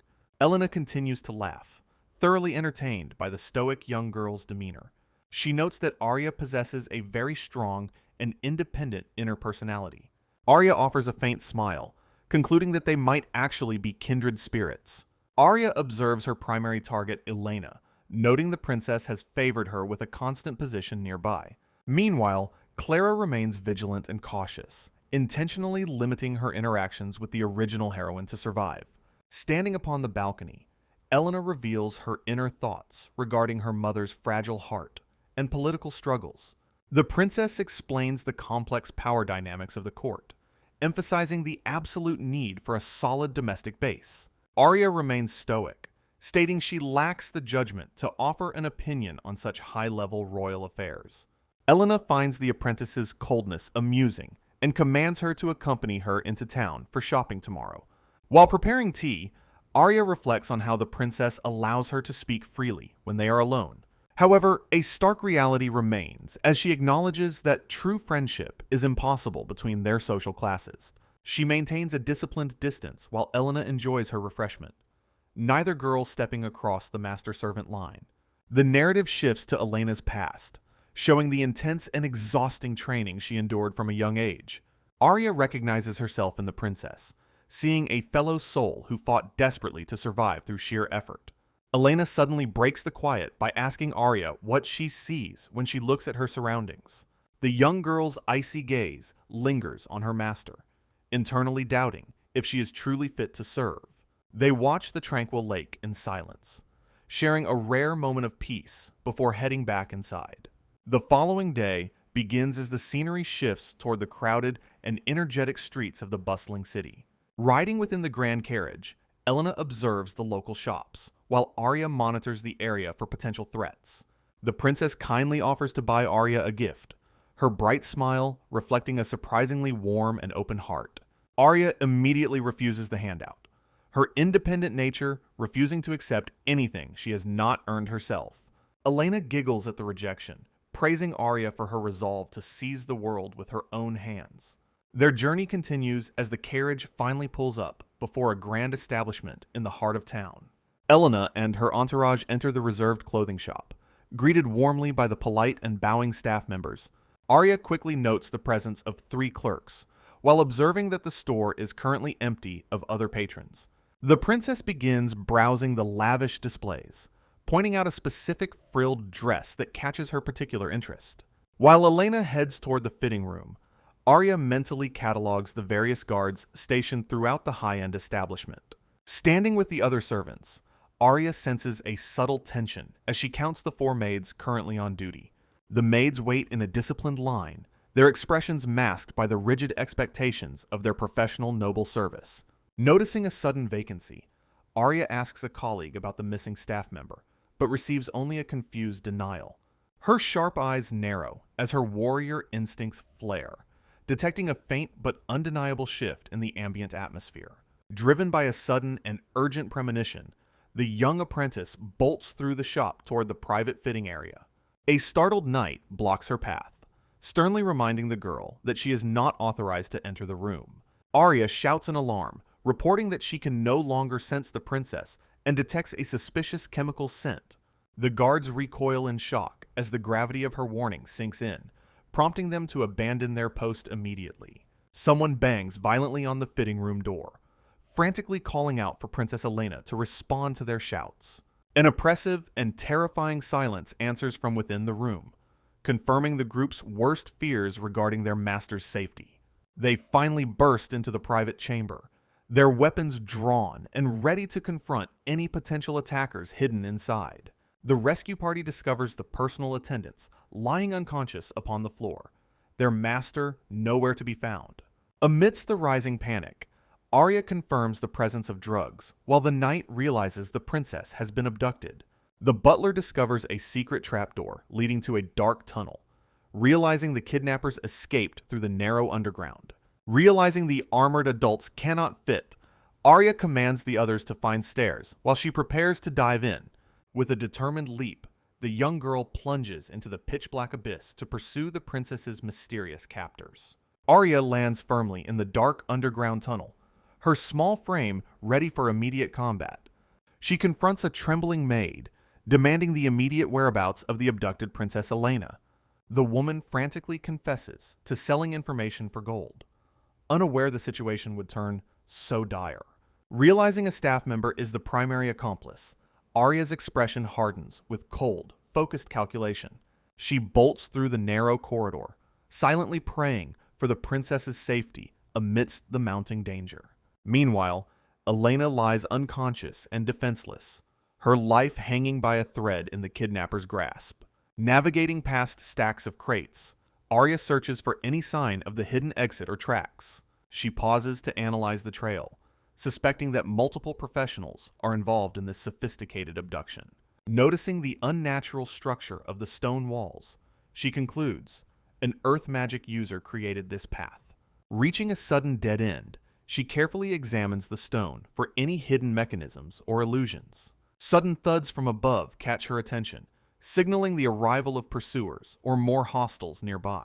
She observes a lone guard waiting by a trapdoor, unaware that death is stalking the shadows. Arya activates her specialized sensory magic to perfectly pinpoint her target before launching her surprise assault. Moving like a ghostly predator, she places a cold hand on the unsuspecting man's shoulder. The man frantically attempts to flee, but Arya lunges forward with predatory speed to intercept him. He lets out a choked scream of terror as the young assassin begins her violent interrogation.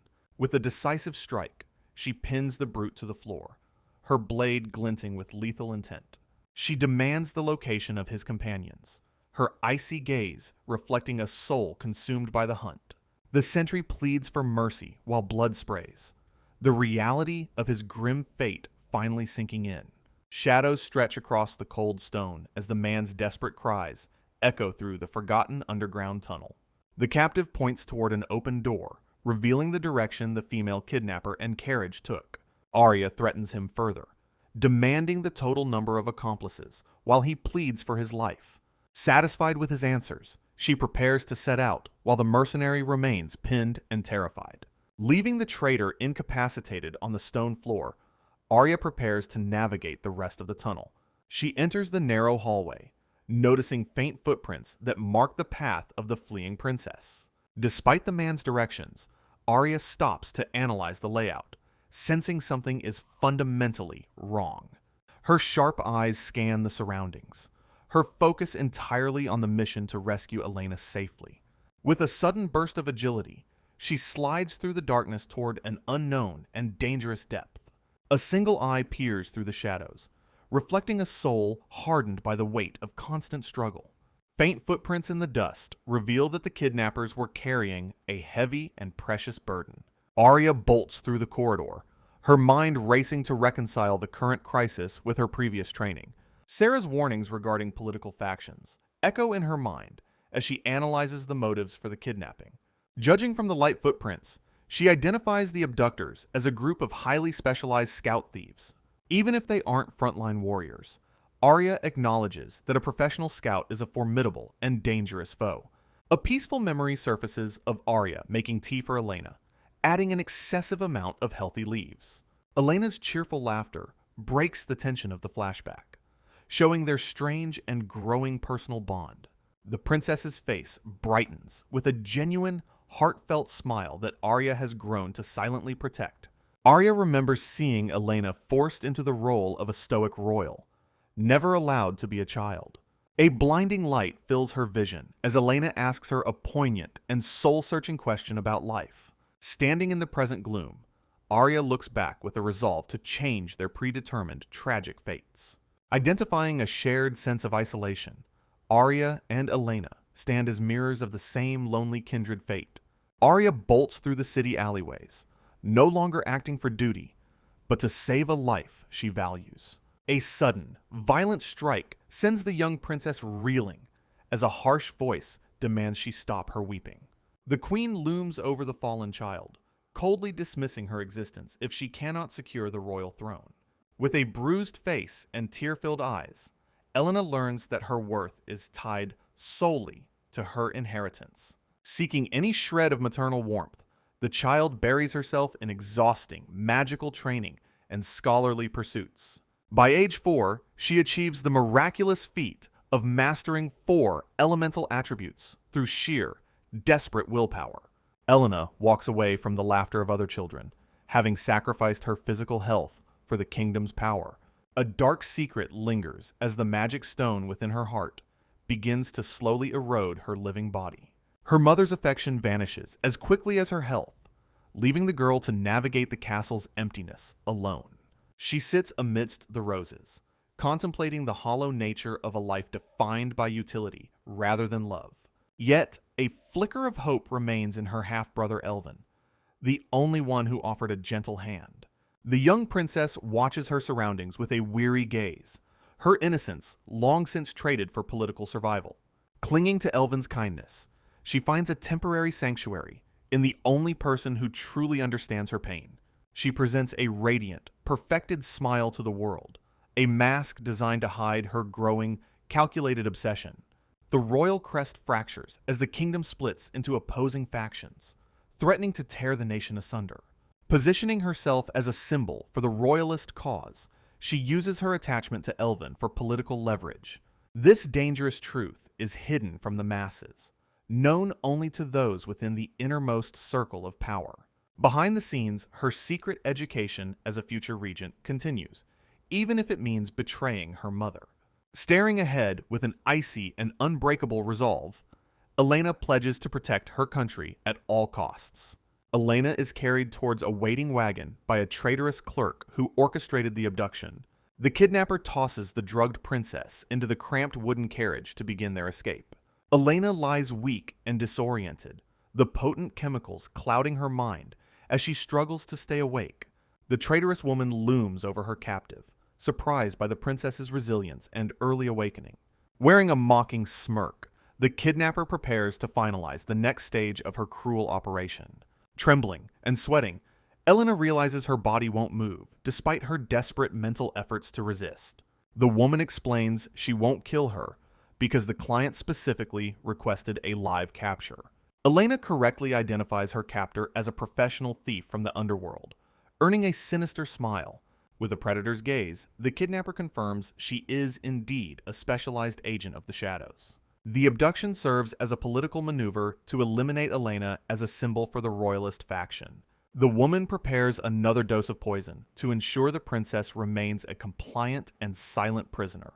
Elena acknowledges her dire situation, realizing she faces a future of exploitation, followed by inevitable execution. Despite her paralysis, the princess's eyes burn with a fierce and unbreakable spirit of defiance. The kidnapper finds Elena's resolute expression thrilling, her own madness beginning to surface during the ordeal. Reaching out with a gloved hand, the villain prepares to silence the princess's unspoken protests once more. She speaks of the kingdom's future, her distorted ambition driving her to commit this treasonous act. The captor clamps a hand over Elena's face, intending to suppress her final shreds of consciousness. Suddenly, two sharp blades whistle through the air, interrupting the kidnapping with a violent and precise strike. Arya bursts onto the scene, her daggers drawn as she launches a lethal assault to reclaim her master. The young apprentice maid focuses her icy gaze on the kidnapper, ready to eliminate this treasonous threat. Looking over her shoulder, the kidnapper wears a smug smirk, clearly finding the situation amusing. The thief expresses surprise that the little maid caught up so quickly, brandishing her sharp knife. Elena lies paralyzed on the floor, sweat beading on her forehead as she struggles against the drugs. Recognition flickers in the princess's terrified eyes as she spots her young guard in the shadows. Arya stands tall in her uniform, her curved blade ready to deliver a lethal strike. Meanwhile, the serene lake near the Dandal estate masks the violent struggle occurring deep within the city. Elena reflects on the strange aura surrounding her new maid, her expression a mix of awe and confusion. She senses a subtle inconsistency, noticing that Arya feels like an entirely different person beneath her mask. Observing from a distance, the noble girls wonder about the true nature of their mysterious, stoic servant. Arya's pink blonde hair and piercing gaze reveal a spirit that refuses to be broken by fate. While brushing Elena's hair, the apprentice demonstrates a maturity and attentiveness that far exceeds her young age. A sudden clumsy slip with the tea cart serves as a convenient distraction to hide her skills. However, Elena catches a brief glimpse of Arya's preternatural reflexes during the momentary and controlled chaos. The princess realizes that Arya might actually belong to the secret and legendary ranks of guard maids. Sharing a quiet moment, Elena feels a profound sense of empathy for the girl who walks alone. Standing together, she finds comfort in the realization that she is not the only one fighting solitary battles. Back in the present, Elena cries out as Arya prepares to engage the treacherous kidnapper head-on. The woman laughs mockingly at the girl's effort, finding the child's persistent chase to be quite entertaining. From the ground, Elena screams a warning that the villain uses lethal poisons from the Thief Guild. The kidnapper sighs with an arrogant shrug, dismissive of the child's desperate attempts to stop her. Arya's gaze narrows as she meticulously analyzes the tactical situation unfolding right before her. Upon activating her appraisal, she discovers the thief possesses a formidable and magically enhanced combat power. Clearly, this professional mercenary far exceeds common thugs and absolutely refuses to negotiate for peace. Meanwhile, the kidnapper casually claims to have a personal policy against killing during her abduction jobs. Nevertheless, her expression twists as she mockingly adds that she might make an exception today. Suddenly, a lethal projectile whistles through the air, nearly catching Arya in its destructive path. Gasping in shock, she narrowly evades the unexpected and high-speed ranged strike by a hair. The thief then chants a command, activating a specialized earth attribute skill to launch heavy stones. Brown mana pulses around the villain as she prepares to overwhelm her small opponent with magic. Instantly, shards of sharp rock erupt from the ground, flying toward Arya in a deadly barrage. Moving with preternatural agility, Arya performs a series of dodges to weave through the incoming projectiles. Seizing the opening, she lunges forward to close the dangerous distance between her and the target. Her opponent recoils in genuine surprise, having never expected a mere child to evade her sorcery. While catching her breath, the young guard realizes she is facing a truly seasoned magic user. Unfazed by the resistance, the thief begins to tremble with a dark and unsettling sadistic excitement. She openly reveals her twisted pleasure in seeing the faces of children twisted in absolute agony. Witnessing this from the floor, Elena feels her heart sink at the kidnapper's horrific, hollow words. Arya offers a blunt response, dismissing the woman as nothing more than a pathetic and dangerous pervert. Releasing a cold laugh, the kidnapper declares the start of their final and lethal melee duel. Their blades clash with violent intensity as the high-speed battle finally erupts in the narrow alley. Arya struggles to maintain her footing as the kidnapper's relentless and high-speed sword strikes continue to push her back. The thief swings her blade with a sadistic grin, barely giving the young maid a second to breathe or counter. Suddenly, a powerful blow connects, sending Arya flying backward as she loses her grip on the momentum of battle. The mercenary follows up instantly with a wide, lethal slash aimed at the defenseless and retreating girl. Activating a new spell called Dust, the kidnapper creates a thick cloud to further disorient her small opponent. Gray smoke fills the narrow alleyway, completely blinding Arya and leaving her vulnerable to the next hidden strike. Blood sprays as a sharp blade finds its mark through the haze, catching Arya completely off guard and defenseless. The force of the impact sends the young guard tumbling across the rough, dusty ground in a heap. Watching in horror from her place on the floor, Princess Elena screams Arya's name with desperate, tearful lungs. The villain's maniacal laughter echoes while Arya struggles to rise, her body racked with painful coughs amidst the dust. Mockingly, the thief promises to carve up her cute face next. Thoroughly enjoying every second of the child's suffering, Arya remains silent, closing her eyes to focus her heightened senses on the subtle movements within the oppressive gloom. A faint metallic glint flickers in the darkness as the tide of the battle begins to subtly shift. The kidnapper recoils in shock as a shallow cut suddenly appears on her face from an unseen attack. Confused and angry, the woman realizes she cannot see whatever is currently grazing her skin and clothes. The thief continues to scream in frustration as she is unable to detect the source of the invisible strikes. Arya emerges from the shadows, her hands moving in a subtle rhythm to control her newly revealed hidden weapon. She displays the weighted cord wrapped around her wrist, a custom-made tool designed for erratic and unpredictable long-range combat. By infusing the string with her own mana-soaked blood, she can manipulate the projectile's flight path with her will. The thief grinds her teeth in desperation, struggling to track the near-invisible weapon as it whistles through the air. The kidnapper bends over, breathing heavily after Arya's invisible cord attacks, her patience finally beginning to wear thin. She stares intently at the young maid, realizing Arya is no ordinary child, but a seasoned combatant. Standing tall, the professional mercenary prepares her next move while cloaked in her dark and specialized outfit. Arya remains stoic, her identity as an orphan and an adventurer merging into a cold and lethal focus. Meanwhile, Elena watches from the floor, processing Arya's declaration that she is merely a protector and nothing more. Arya officially identifies herself as a combat maid, a title that carries heavy weight and mystery in this world. The kidnapper scoffs, intrigued by the child's brazen confidence and the mysterious origins of her remarkable martial skills.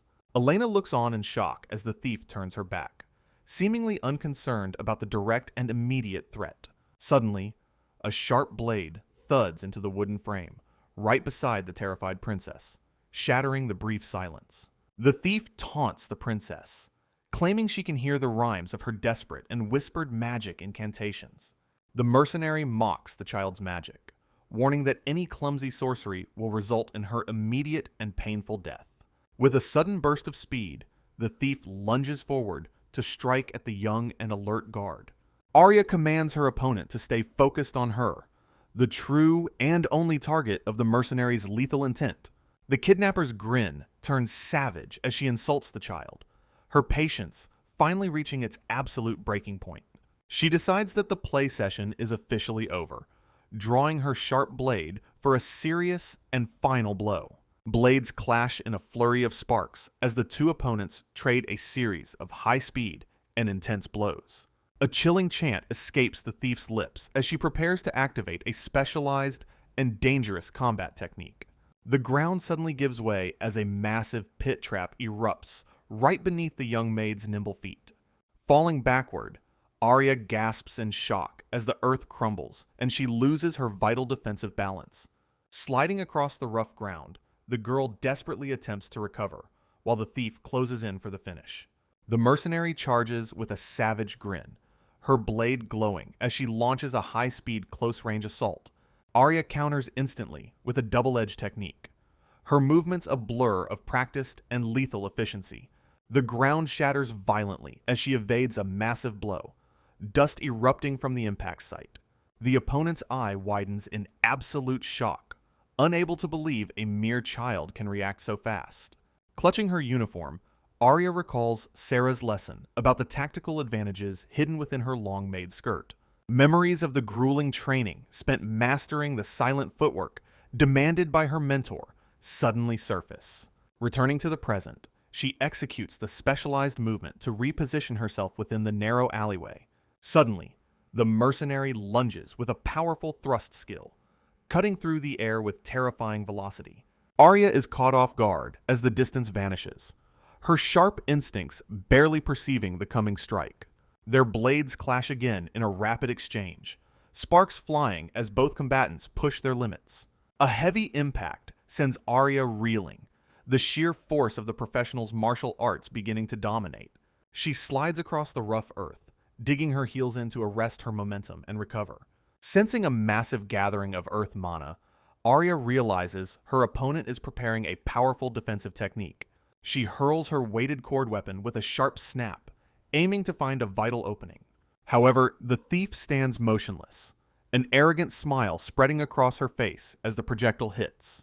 Chanting with cold precision, the villain activates her rock skin skill to magically harden her entire body.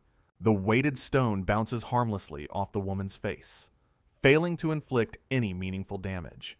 Arya stares in total disbelief, realizing her physical attacks are useless against such overwhelming magical defense. The mercenary mocks the child's small tricks, casually dismissing the pendulum weapon as a mere toy. Arya prepares her next move as the opponent declares that clever tricks will never save her now. Arya observes the earth mana covering the thief, identifying it as a powerful form of magic armor. The villain wears a twisted smirk, demanding the girl scream out in a beautiful, pained voice. Sensing another magic chant, Arya prepares for the coming elemental onslaught with a sharp, wary gaze. Sharp stone bullets whistle through the air as the mercenary launches a relentless, magical barrage. Arya shields her face from the pelting rocks, feeling her small body reaching its breaking point. Crouched in the dirt, the young maid hears the thief mock her for running out of tricks. With a sudden burst of speed, the mercenary lunges forward to deliver a final, killing blow.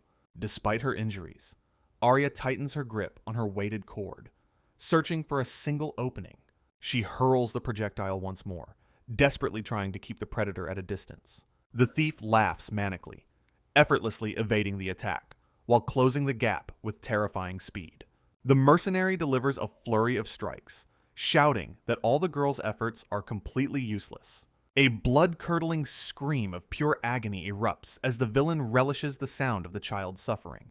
The thief's face flushes with sadistic glee, having finally forced a cry from her stubborn little prey.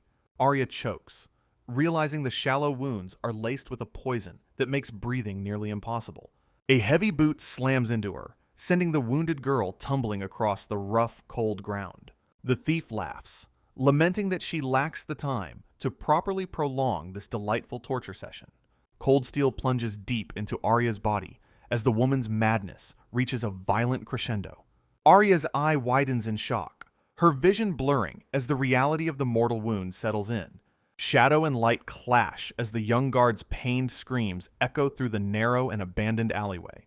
Excruciating pain throbs through her entire being, while she struggles to hold on to her fading consciousness. Arya grips the broken blade, swearing not to lose consciousness until the job is done. Her eyes burn with a cold fire as she reveals her secret. Preparation is complete. The thief recoils, sensing a terrifying shift in the magical atmosphere surrounding the young girl. Stunned and disoriented, the mercenary struggles to comprehend the strange sensation clouding her mind. Panic sets in as the professional kidnapper realizes her own body is no longer responding. A visceral scream of pure confusion erupts, shattering the silence of the dark and dusty alley. The woman gasps, her vision fracturing under the weight of an unseen and overwhelming force. Arya coldly remarks that high-level illusion magic only manifests the pain its victim already understands. Activating pain, she forces the villain to relive every agonizing sensation she ever inflicted on others. The mercenary collapses, her limbs twitching violently as the phantom agony tears through her mind. Stepping forward, the young guardmaid looms over her fallen predator with a chilling, silent resolve. The thief begs for her life, pathetically crawling away from the child she once mocked. Suddenly, the lethal wire snaps tight around her throat, ending any chance of further escape. Arya pins the woman down, her expression devoid of mercy as she secures the final hold.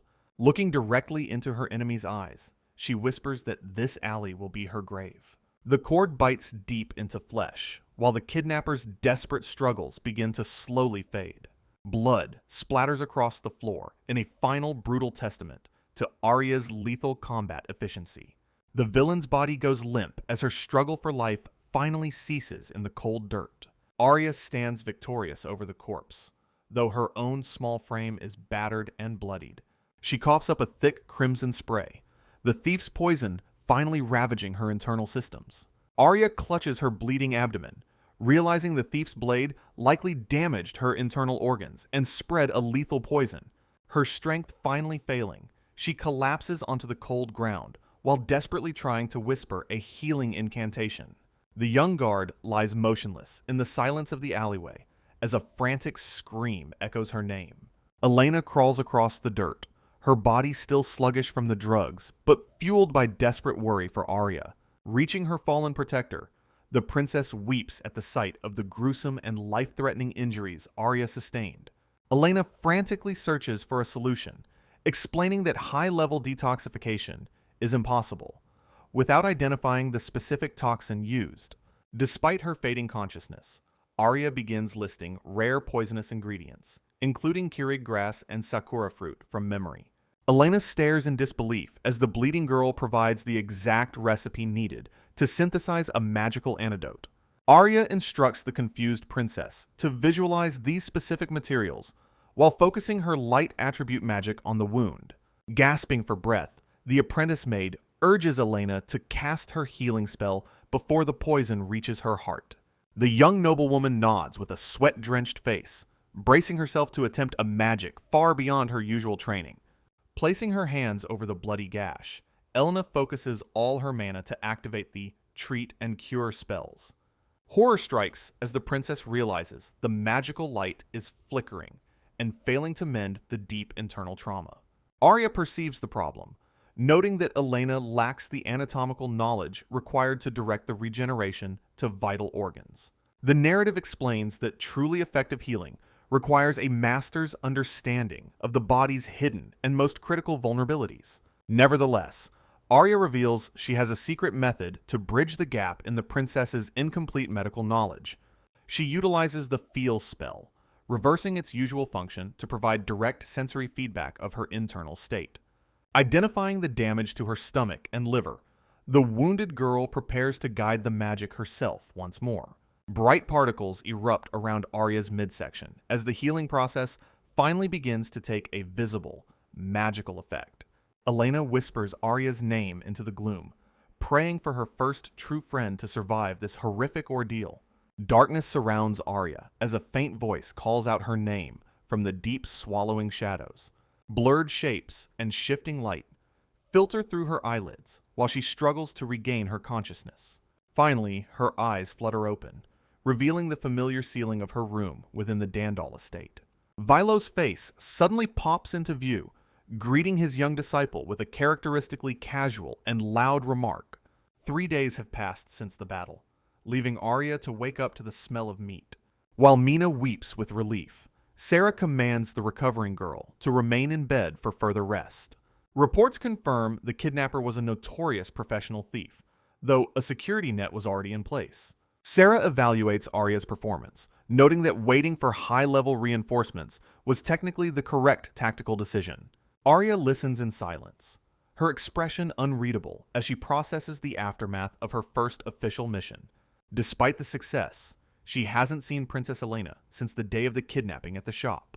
Sitting alone, Arya meticulously repairs her weighted weapon while contemplating the vast social gap between them. A sharp knock precedes Sarah's entrance into the quiet room, interrupting Arya's focus on her specialized tools. Handing over a secret document, the head maid sternly instructs Arya to burn the message after reading.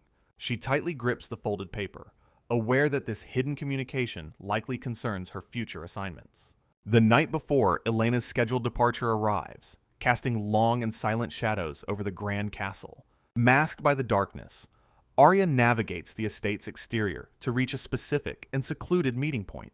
She hurls her weighted cord toward the high balcony, the metal clinking softly against the ornate stone. Elena waits in the moonlight, her gaze searching the gardens for the arrival of her secret protector. With a silent and practiced landing, Arya touches down upon the balcony to fulfill her final duty. Facing her master once more, the young guard simply declares that she has finally arrived as promised. Elena welcomes Arya to the moonlit balcony, noting her perfect timing as she sits at a small table.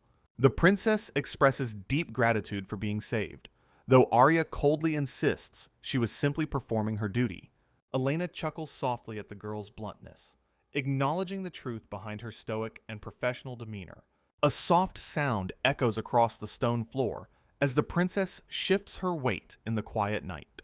Leaning against the ornate stone railing, Elena suddenly breaks the silence to ask a poignant, searching question. She looks directly at her protector, earnestly inquiring about the true identity hidden behind the young maid's mask. Internally, Arya reflects on her own reality as a mere orphan and a solitary, survival-focused adventurer.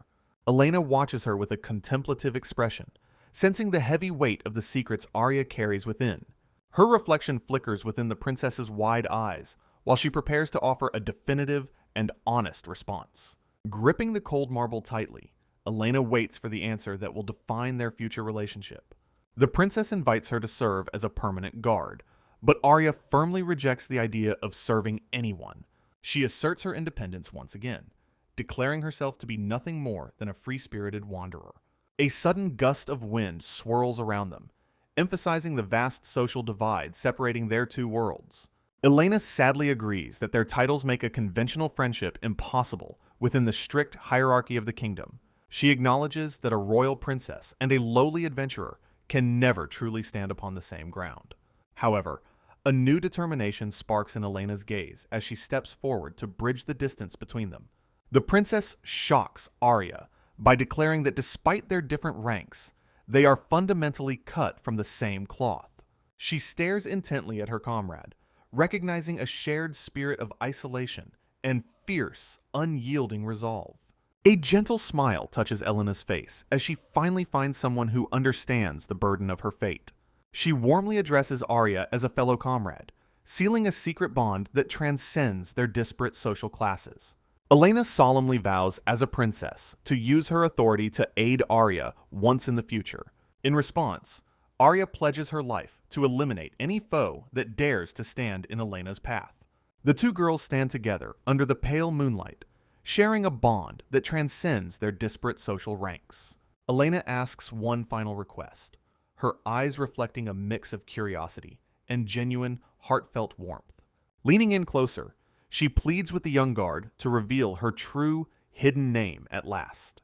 The princess giggles as they share a rare moment of lightheartedness amidst the heavy burdens of their fates. Arya looks away, a faint and almost imperceptible smile touching her lips in the quiet night air. Addressing her as Alicia, Elena seals their connection before the unavoidable morning finally arrives to separate them. A soft and peaceful atmosphere settles over the balcony as the conversation draws to its natural conclusion. Elena bids her companion a final, bittersweet farewell, her voice barely a whisper in the gentle wind. Arya responds with a simple nod, vowing to survive and meet again on her own independent terms. She watches as the princess retreats back into the opulent safety of the Grand Dandal guest house. The first rays of dawn eventually break over the silent mountains, marking the end of the royal visit. Later that morning, The entire staff bows low as the grand carriage carries the princess away forever. Elena sits in the carriage with closed eyes, carrying the memory of her secret protector with her. Shortly after the departure, the High Butler Castro approaches Arya to deliver an urgent and official message. He informs her with a stern expression that her next mission has already been decided by the leadership.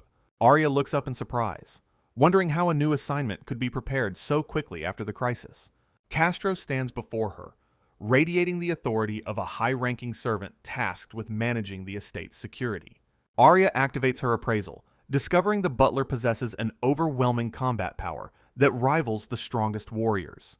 Grave explains that Arya must act as a secret collaborator, given her dangerous knowledge of their covert organization. He assigns her to infiltrate a specific noble household as a maid to resolve an ongoing internal conflict. The mission lasts 1 month, coldly noting that failure merely results in the death of one unimportant noble. Accepting the task, Arya questions if she should address him as the boss of their shadow-cloaked group. Denying the title, he tells her to call him Grave before walking away into the castle's long corridors. He reveals the location of her destination, marking her first step into the treacherous world of noble politics. Walking through the courtyard, Arya observes the staff preparing for departure while seeking out a familiar face nearby. Vilo calls out with a casual greeting, puffing on his pipe while the young girl approaches him in silence. Seated comfortably, the veteran scout reflects on their time together as the sun sets over the estate walls. Arya mockingly asks if he is slacking off, prompting an immediate and characteristically defensive denial from her mentor. Vilo inquires about her new assignment from Grave, realizing their shared journey has finally reached its natural end. Without a backward glance, Arya begins her departure, her stoic mask firmly in place to hide her emotions. Frustrated by her curt farewell, Vilo shouts that she is far too cold towards her master and savior. She reflects on the movement techniques learned from the scouts, vowing to survive using the skills they provided. Vilo rubs his head in exasperation, sighing at the stubborn and independent nature of his uniquely talented disciple. He offers a final piece of advice, encouraging her to remain strong and healthy in the days ahead. A rare and faint smile appears on Arya's face, acknowledging the genuine warmth hidden beneath Vilo's rough exterior. Grinning back, the seasoned adventurer watches with pride as his student prepares to face the world alone once more. They share a silent, mutual understanding in the courtyard before the inevitable separation required by their different paths. Mina approaches with a bright smile, offering a sturdy suitcase to help her friend prepare for the coming journey. Mina presents a sturdy suitcase as a farewell gift, which the young guard accepts with genuine surprise. Thanking her friend with a soft acknowledgement, she prepares to leave the safety of the estate behind. As she reaches the gate with her belongings, Theo's sudden and energetic shout stops her in her tracks. The boy butler stands there with a deep blush, clearly struggling to articulate his complex and hidden emotions. Theo declares his firm intent to reach the royal capital and find her once he turns 12 years. He boastfully promises to speak his true thoughts once he finally grows taller than his stoic, skilled protector. With a final wide-eyed grin, the boy waves a cheerful goodbye while the sun begins to rise higher. He suddenly bolts away, back into the estate, leaving the solitary girl to reflect on their brief time. Although she never had siblings, Arya realizes that Theo's presence felt like the brother she never truly knew. Taking a steady and resolute breath, she finally sets off on the long road toward her next mission. The morning light bathes the quaint houses of the town as her independent journey begins in earnest. Navigating the market, she decides to procure portable rations and clothes while reflecting on her increasingly feminine appearance. She recalls the decision to keep her hair long, as Sarah noted its convenience for a maid disguise. Pausing at a street stall, she completes a quick transaction for essential supplies with a characteristically blunt efficiency. Blending into the dense crowd, Arya moves through the city streets while keeping her sharp senses alert. Continuing toward the city outskirts, she maintains a steady pace while carrying her meager and essential belongings. Gazing toward the grand Dandal castle, she wonders if that mysterious and wary noble girl is still there. She remembers Clara's palpable suspicion and victim-like behavior, which clearly irritated Princess Elena during their encounter. Arya decides she must remain extremely cautious. Knowing the girl's true nature is still hidden and dangerous, she darkly contemplates the possibility that this girl could eventually transform into a formidable enemy for the princess. Chancellor Melrose questions his butler about the young girl's true nature during their private and tense meeting. Consequently, the butler prepares to deliver his formal report regarding the investigation into the child's mysterious background. Evidence suggests the girl's memories and features align perfectly with the Chancellor's lost daughter and royal lineage. Melrose demands absolute honesty, urging his loyal servant to reveal every detail regardless of how unsettling it is.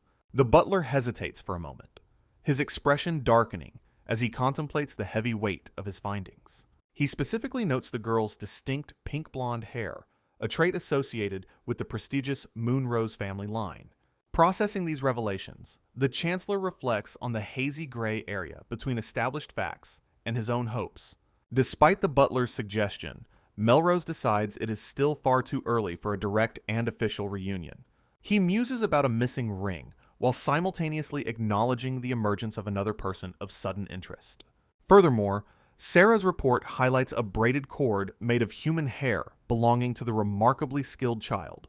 The Chancellor wonders how a mere 7-year-old could possibly possess the strength to defeat a rank 3 thief. He eventually orders a secret agent to monitor the girl's movements while managing her former orphanage. Regarding the hair cord's owner, he considers sending a specialist, but worries about compromising palace security. Melrose remains wary of employing untrustworthy outsiders for such a delicate and potentially world-altering investigation. He eventually settles on a new course of action within the shadows of the silent, opulent room. 3 weeks pass as the focus shifts to a traveler's boots stepping onto a rough and dusty road. Arya finally arrives at her destination north of Dandal, her identity hidden beneath a heavy and inconspicuous cloak. The fortified town of the Silas Baronetcy looms ahead, representing the next stage of her undercover mission. Meanwhile, rumors of a bloody phantom haunt the estate, with chilling handprints left near a young lady's room. Local townspeople trade conflicting stories about the mysterious attacker, debating whether the creature is a man or woman. Arya inquiries about the local rumors while hiding her face beneath a heavy and inconspicuous traveler's hood. Staring at the rippling river, she realizes the townspeople's inconsistent stories regarding the phantom lack any logic. Approaching a street stall, she asks the merchant about the availability of small fishing boats for travel. The man warns her about recent floods and dangerous monsters lurking within the deep, dark river waters. Leaving the town gates behind, she continues her solitary journey across the vast and open rural plains. Venturing into the dense woods, she acknowledges that this region holds a personal and very dangerous connection. She remembers the master sorceress once lived on the outskirts of this specific and increasingly dark forest. Planning to return the stolen research eventually, she decides to establish a hidden base for her belongings. Light filters through the canopy, while the young girl searches for a secure location deep within the trees. Moving with practiced care, she begins marking her territory and preparing the site for her long-term survival. A massive, ancient tree stands at the heart of her new sanctuary, providing a sense of natural security. Pulling out her appraisal crystal, Arya prepares to evaluate her recent growth and current level of power. The status screen confirms her rank 2 promotion, showing significant improvements in her magical and martial skills. Despite the numerical increase, her eyes reflect a cold realization that her current strength remains far from sufficient. Recalling her near-death encounters with professional thieves and monsters, she acknowledges the harsh reality of her limits. She mentally catalogs her diverse array of combat arts, from lethal dagger strikes to specialized sensory magic.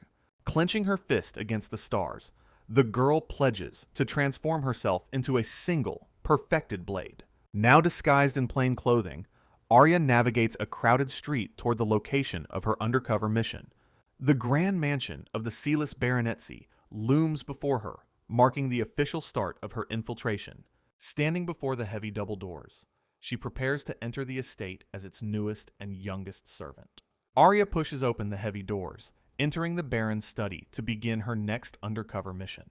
The Baron greets her warmly, noting the formal letter of recommendation provided by the powerful Dandal house. Sweating slightly, the noble peers at the young girl and inquires about her mysterious true origins. Arya cuts him off with a sharp look, warning the man that further prying is strictly forbidden. Taken aback by her blunt authority, the Baron flinches as he realizes this child is no ordinary servant. Quickly changing the subject, he invites Arya forward to meet his young and timid daughter, Maria. The girl steps out with a hesitant expression, clearly overwhelmed by the arrival of the new maid. Performing a flawless and professional bow, Arya introduces herself while Maria watches with wide, nervous eyes. Maria stammers a polite greeting, her face reflecting the deep anxiety of a girl living in fear. Internally, Arya acknowledges her false backstory as a lifelong servant while sensing Maria's intense, palpable terror. Suddenly, a loud and arrogant voice shatters the quiet atmosphere as a young boy stomps into the hall. Arya turns slightly as the boy demands to know who is bothering his beloved older sister right now. The child stands with a haughty, defiant posture, attempting to intimidate the stoic and silent newcomer.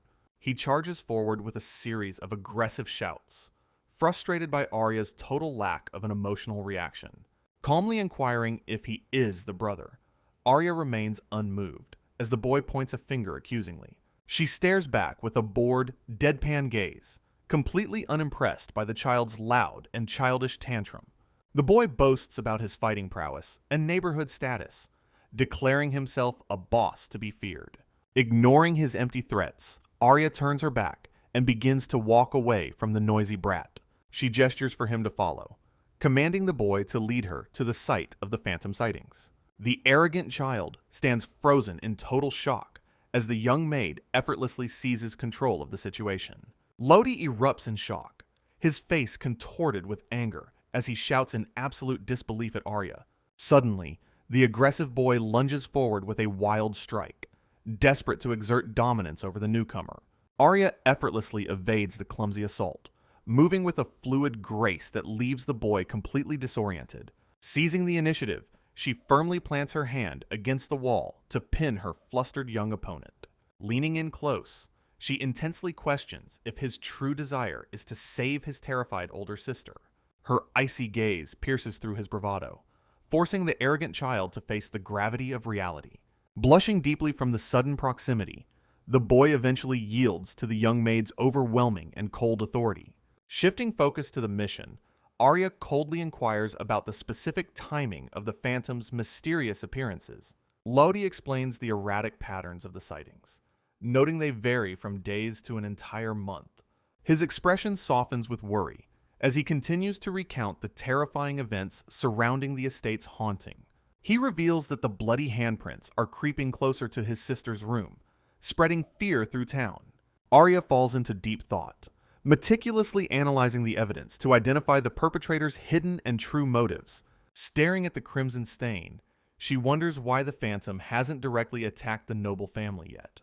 She theorizes the involvement of high-level dark magic, or a coordinated effort by multiple professional shadow agents. The young guard inquires about the family's magical affinities, learning of their wind and water attribute strengths. Observing the evidence once more, Arya concludes that the current situation is far more complex than rumored.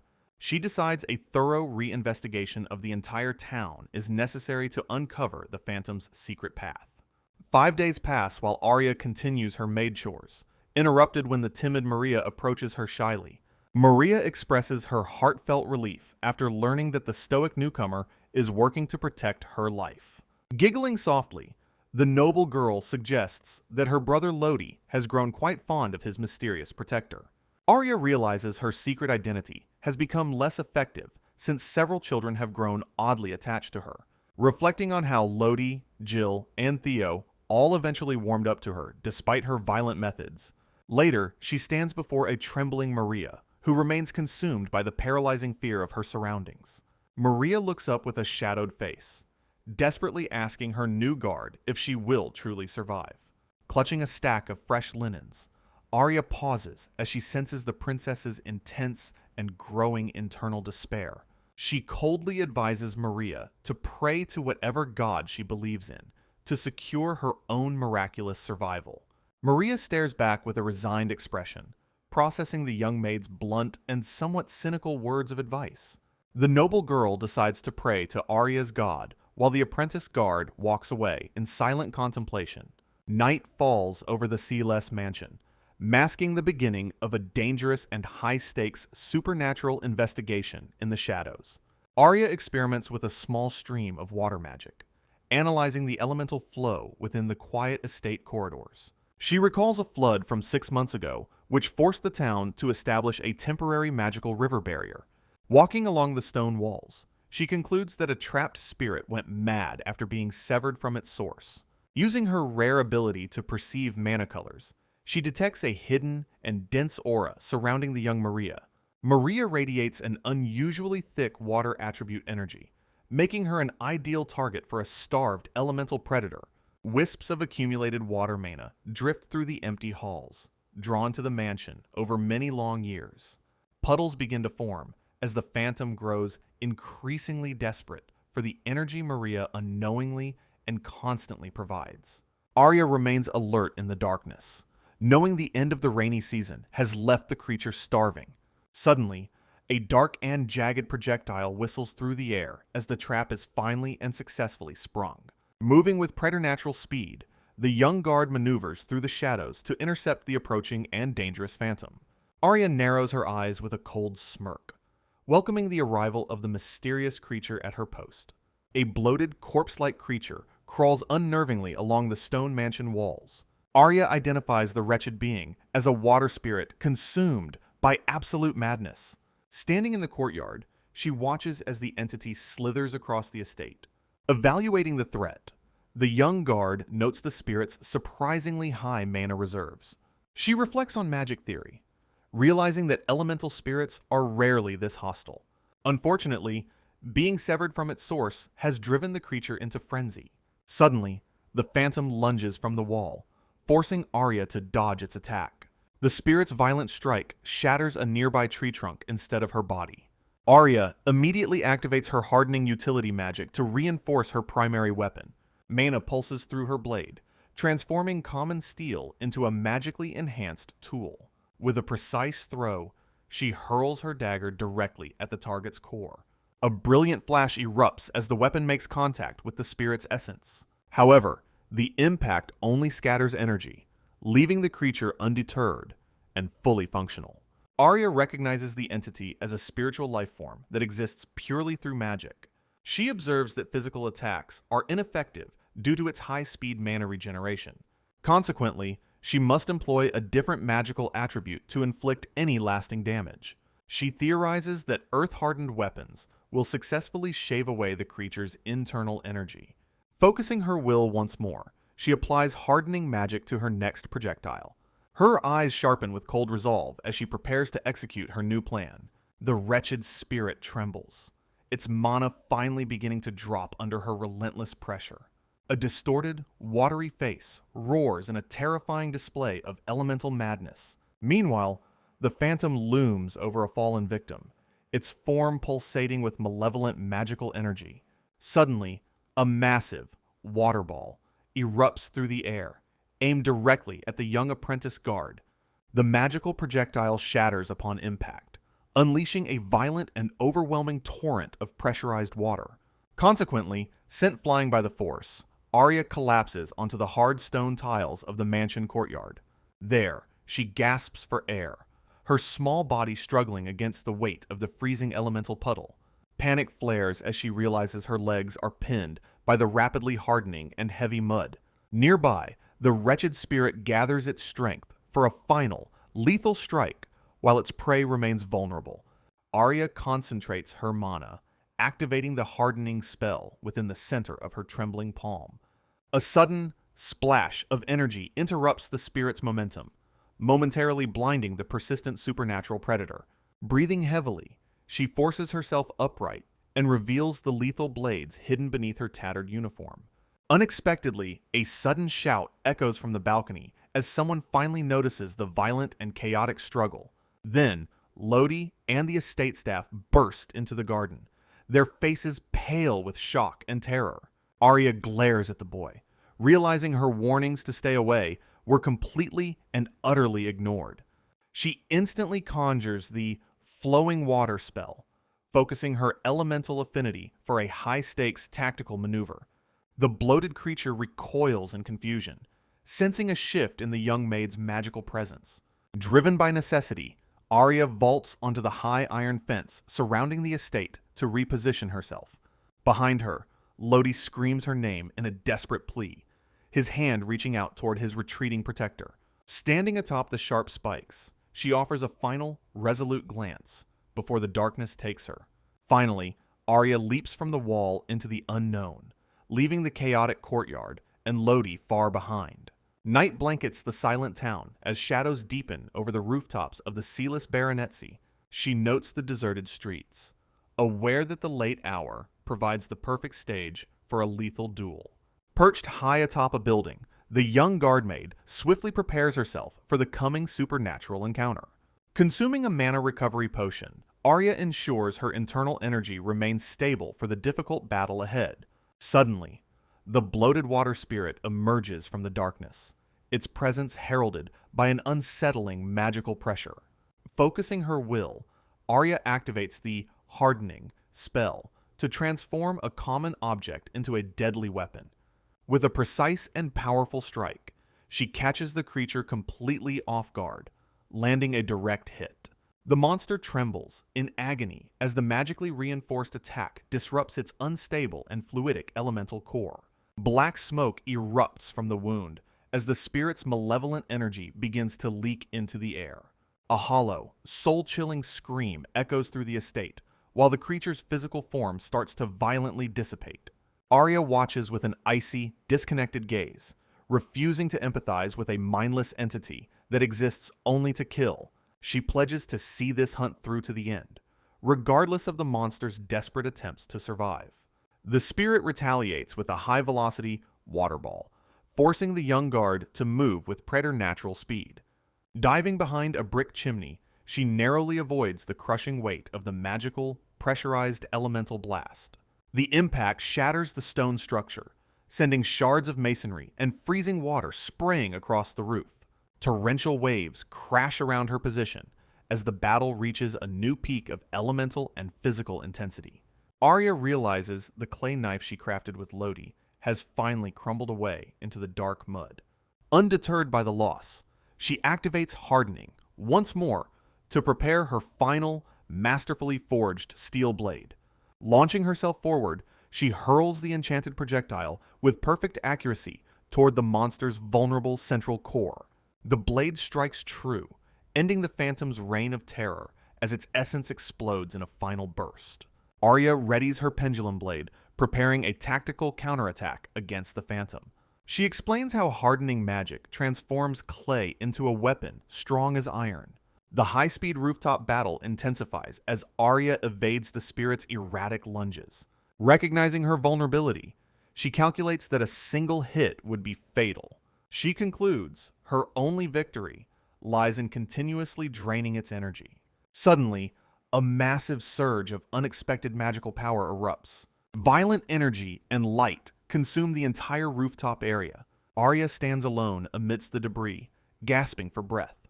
Heavy, authoritative footsteps approach from the surrounding dark shadows. Grave arrives at the scene to confront his young subordinate. She remains wary, doubting Grave intends to offer any genuine help. Grave expresses his disdain for those affiliated with the Adventurers Guild. Arya stands firm while mana pulses through her small frame. Brandishing his sword, Grave questions her identity after sensing her power. A flashback reveals his father's tragic death in a religious prison. As a child, he wept while questioning his suffering. He swore vengeance against the corrupt nobility who destroyed his family. Grave survived the slums through hatred and any means necessary. The narrative reveal highlights that Grave was eventually saved by another. His savior was a noble he once vowed to destroy. A man kneels before a young boy, tearfully apologizing for failing to protect those dear to them. Consequently, the survivor chooses the path of a shadow warrior within Cradel's secret and high-stakes intelligence organization. Meanwhile, dark truths about the deep-seated corruption within the kingdom's highest noble circles begin to resurface. Grave considers those who degrade royal authority, including weak princes and rivals like Elena, to be true evil. Standing atop the moonlit roof, he vows to eliminate any threat capable of disturbing the nation's fragile peace. Arya counters with a cold gaze, reminding her formidable opponent that he already knows her true, lethal nature. The seasoned agent reflects on the mysterious child Vilo discovered, noting her inexplicable and dangerous combat potential. Despite her young age, Arya has already single-handedly slaughtered powerful monsters and high-ranking professional thieves without hesitation. Grave levels his blade, demanding to know how a mere child acquired such heartless and overwhelming killing power. His gaze hardens with an intense, predatory focus as he prepares to extract the truth through any means. Arya stands frozen under the crushing pressure of his inquiry, her sweat reflecting the lethal tension of the moment.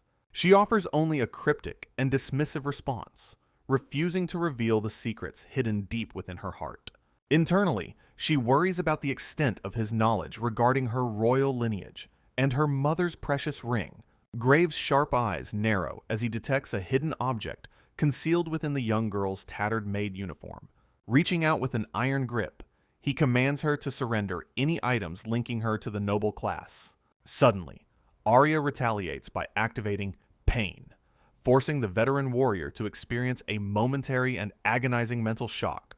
Seizing the brief opening, the nimble girl vaults from the high roof to escape into the dark city streets. However, a sudden and terrifying premonition strikes her as an unseen, high-speed threat approaches from the deepening gloom. Blood sprays violently as a lethal strike connects, catching the young apprentice guard completely off guard during flight. A massive, black blade whistles through the air, signaling the arrival of a new and overwhelming combatant. Graves swings his black blade, forcing Arya to execute a desperate mid-air dodge across the rooftops. Landing firmly, the veteran agent concludes that Arya must be secretly connected to the higher noble families. He steps forward with heavy purpose, declaring that someone with her lethal potential is far too dangerous. Grave levels his weapon with cold eyes, vowing to eliminate her immediately to protect the kingdom. Brandishing his sword, he pledges to crush any unstable element that might disturb the nation's fragile tranquility. Arya stares back in total disbelief, realizing Grave intends to kill her merely for knowing the princess. She reflects on the thin security during the kidnapping, suspecting the entire incident was a calculated internal setup. Sweat stings her eyes while she prepares to engage a warrior whose strength far exceeds her own. Her gaze hardens with a chilling resolve as she tells Grave that he will be the one dying. Suddenly, Arya hurls a sharp projectile at her opponent while dashing across the slanted roof tiles. With effortless grace, Grave parries the incoming blade, dismissive of the child's attempt at a ranged attack. He remains calm and focused, his years of experience making him an insurmountable wall for the young guard. Unexpectedly, a second hidden knife whistles past his cheek, catching the seasoned warrior momentarily off guard.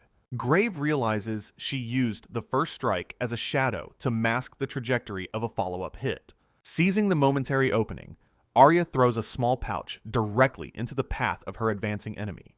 The bag shatters into a blinding cloud of irritant powder, momentarily masking Arya's location from her predator. Utilizing the smokescreen, she bolts away into the darkness to create distance from the overwhelming threat. She hurls more small diversions behind her, determined to escape the clutches of the secret intelligence agent. Grave coughs while shielding his eyes, identifying the substance as a tactical irritant used for quick getaways. He glares into the distance, shouting in frustration as the young girl disappears through the dark city skyline. Arya leaps from the building's edge, continuing her desperate escape from the pursuing shadow agent. Grave relentlessly tracks her across the uneven roofs, refusing to let his target slip away. She activates a tactical spell, whispering the word, "Wait," as she prepares a hidden countermeasure. With a sudden snap, she hurls her weighted pendulum weapon toward the advancing secret agent. Grave flinches in shock, barely perceiving the high-speed projectile as it whistles past his head. The stone thuds heavily against a metal railing, serving as an anchor for her next maneuver. Arya bolts through the darkness, her small frame a blur of motion against the night sky. Breathing heavily, she pushes her body to the absolute limit to stay ahead of the predator. However, Grave remains close behind, his veteran instincts making him a terrifyingly effective tracker. She realizes a direct confrontation is impossible, her mind racing to find another escape route. Suddenly, cold steel grazes her cheek, drawing blood as Grave's blade strikes with lethal precision.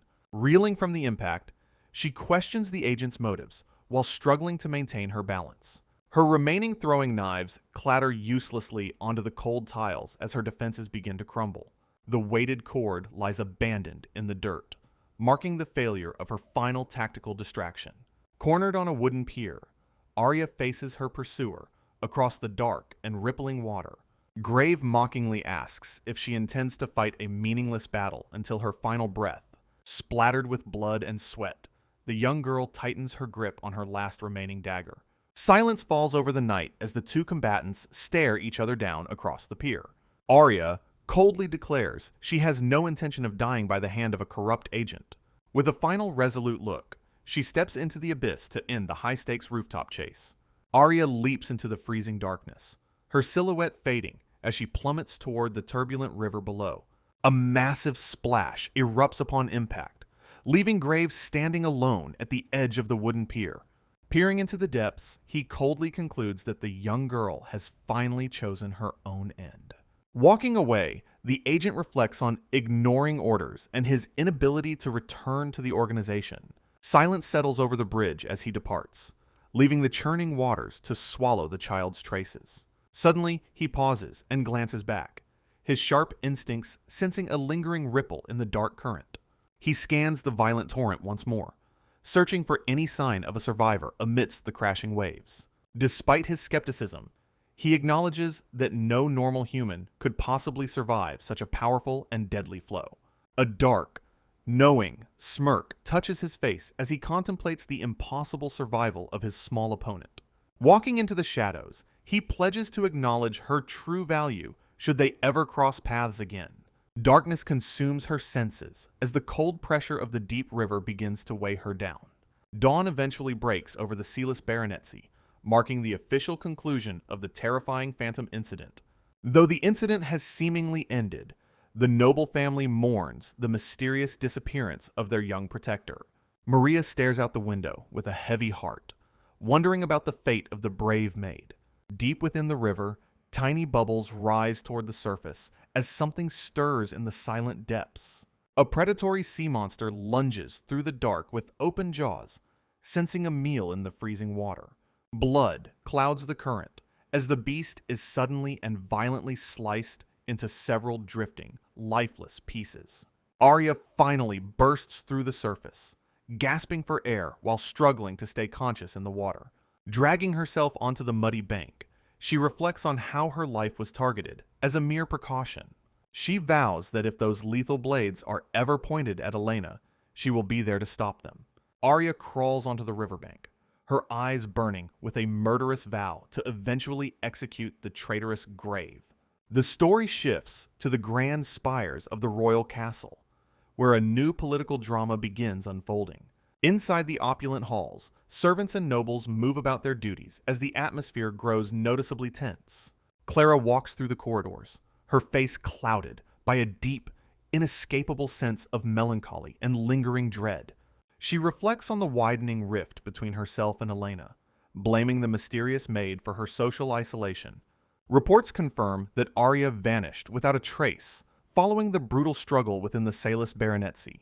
Internally, Clara feels a wave of relief at the disappearance, hoping her rival has finally been permanently removed.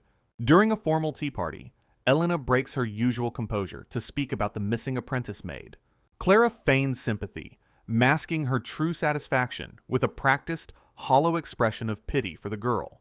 Elena stares back with an intense, unreadable gaze while accepting the cold condolences from her supposed friend. Suddenly, the princess slams her hands onto the table, the violent sound echoing throughout the quiet garden. She declares, with a furious shout, that Arya would never dare to break her sacred promise of loyalty. Clara recoils in sheer terror, her facade of noble poise shattering under the weight of Elena's sudden rage. From that day forward, the princess cold shoulders Clara, treating her presence as nothing more than an annoying ghost. Clara's mother scolds her mercilessly, demanding that she repair her broken relationship with the royal family immediately. Driven by desperate familial pressure, Clara arrives at the royal castle to face her fate once again. She enters the grand drawing room where Elena sits, surrounded by an elite guard of armored knights. Today marks the official meeting of the 3 prestigious candidates, selected to potentially become the crown prince's fiancée. One girl stands out among the group, her calm demeanor and familiar features striking a chord of recognition. Clara trembles in the shadows, her heart racing as she realizes the protagonist has finally returned to court. The crown prince's engagement candidates gather, their ranks and futures decided by their magical academy performance. However, the king's unexpected choice of a non-candidate daughter shatters the established political prerequisites entirely. Amidst the shifting court dynamics, 3 noble girls must navigate their roles as potential royal consorts. Patricia Fudel, a cheerful newcomer who never existed in the original game's narrative, joins the group. Having met at various celebrations, Elena and Patricia share a polite conversation to gauge their mutual standing. Meanwhile, Elena turns her wary gaze toward the final candidate, sensing a deeply unsettling and hidden power. Carla Lester emerges from a prestigious lineage of court mages, possessing a vast and terrifyingly dense mana. Her long, dark hair frames a face that masks a soul far more dangerous than she appears. According to the game's script, this mysterious girl is destined to become the heroine's absolute greatest enemy. She stands as a formidable barrier, her malicious intent radiating through the silent and opulent drawing room. A sudden chill washes over Elena as she realizes the true nature of the girl standing before her. The narrative officially introduces the most wicked and feared villainess of the story, Carla Lester. Carla offers a sinister, knowing smirk that sends shivers down the spines of everyone in the room. Shadows dance within her dark locks, reflecting the inner darkness of a soul destined for inevitable conflict. This ominous atmosphere lingers as the scene shifts far away to the stormy mountains and rocky cliffs. Cold rain lashes against the stone as a heavy downpour drenches the secluded and dangerous forest pass. A giant spider monster lurks within a dark cave, weaving a lethal web to trap unsuspecting forest travelers. The multi-eyed predator prepares to strike, its chitinous legs twitching with a hunger for fresh living prey. Suddenly, a lone, cloaked figure appears at the cave entrance, silhouetted against the dim and gray light. Peering from beneath a wet hood, the traveler's eyes sharpen with an intense and unwavering focus.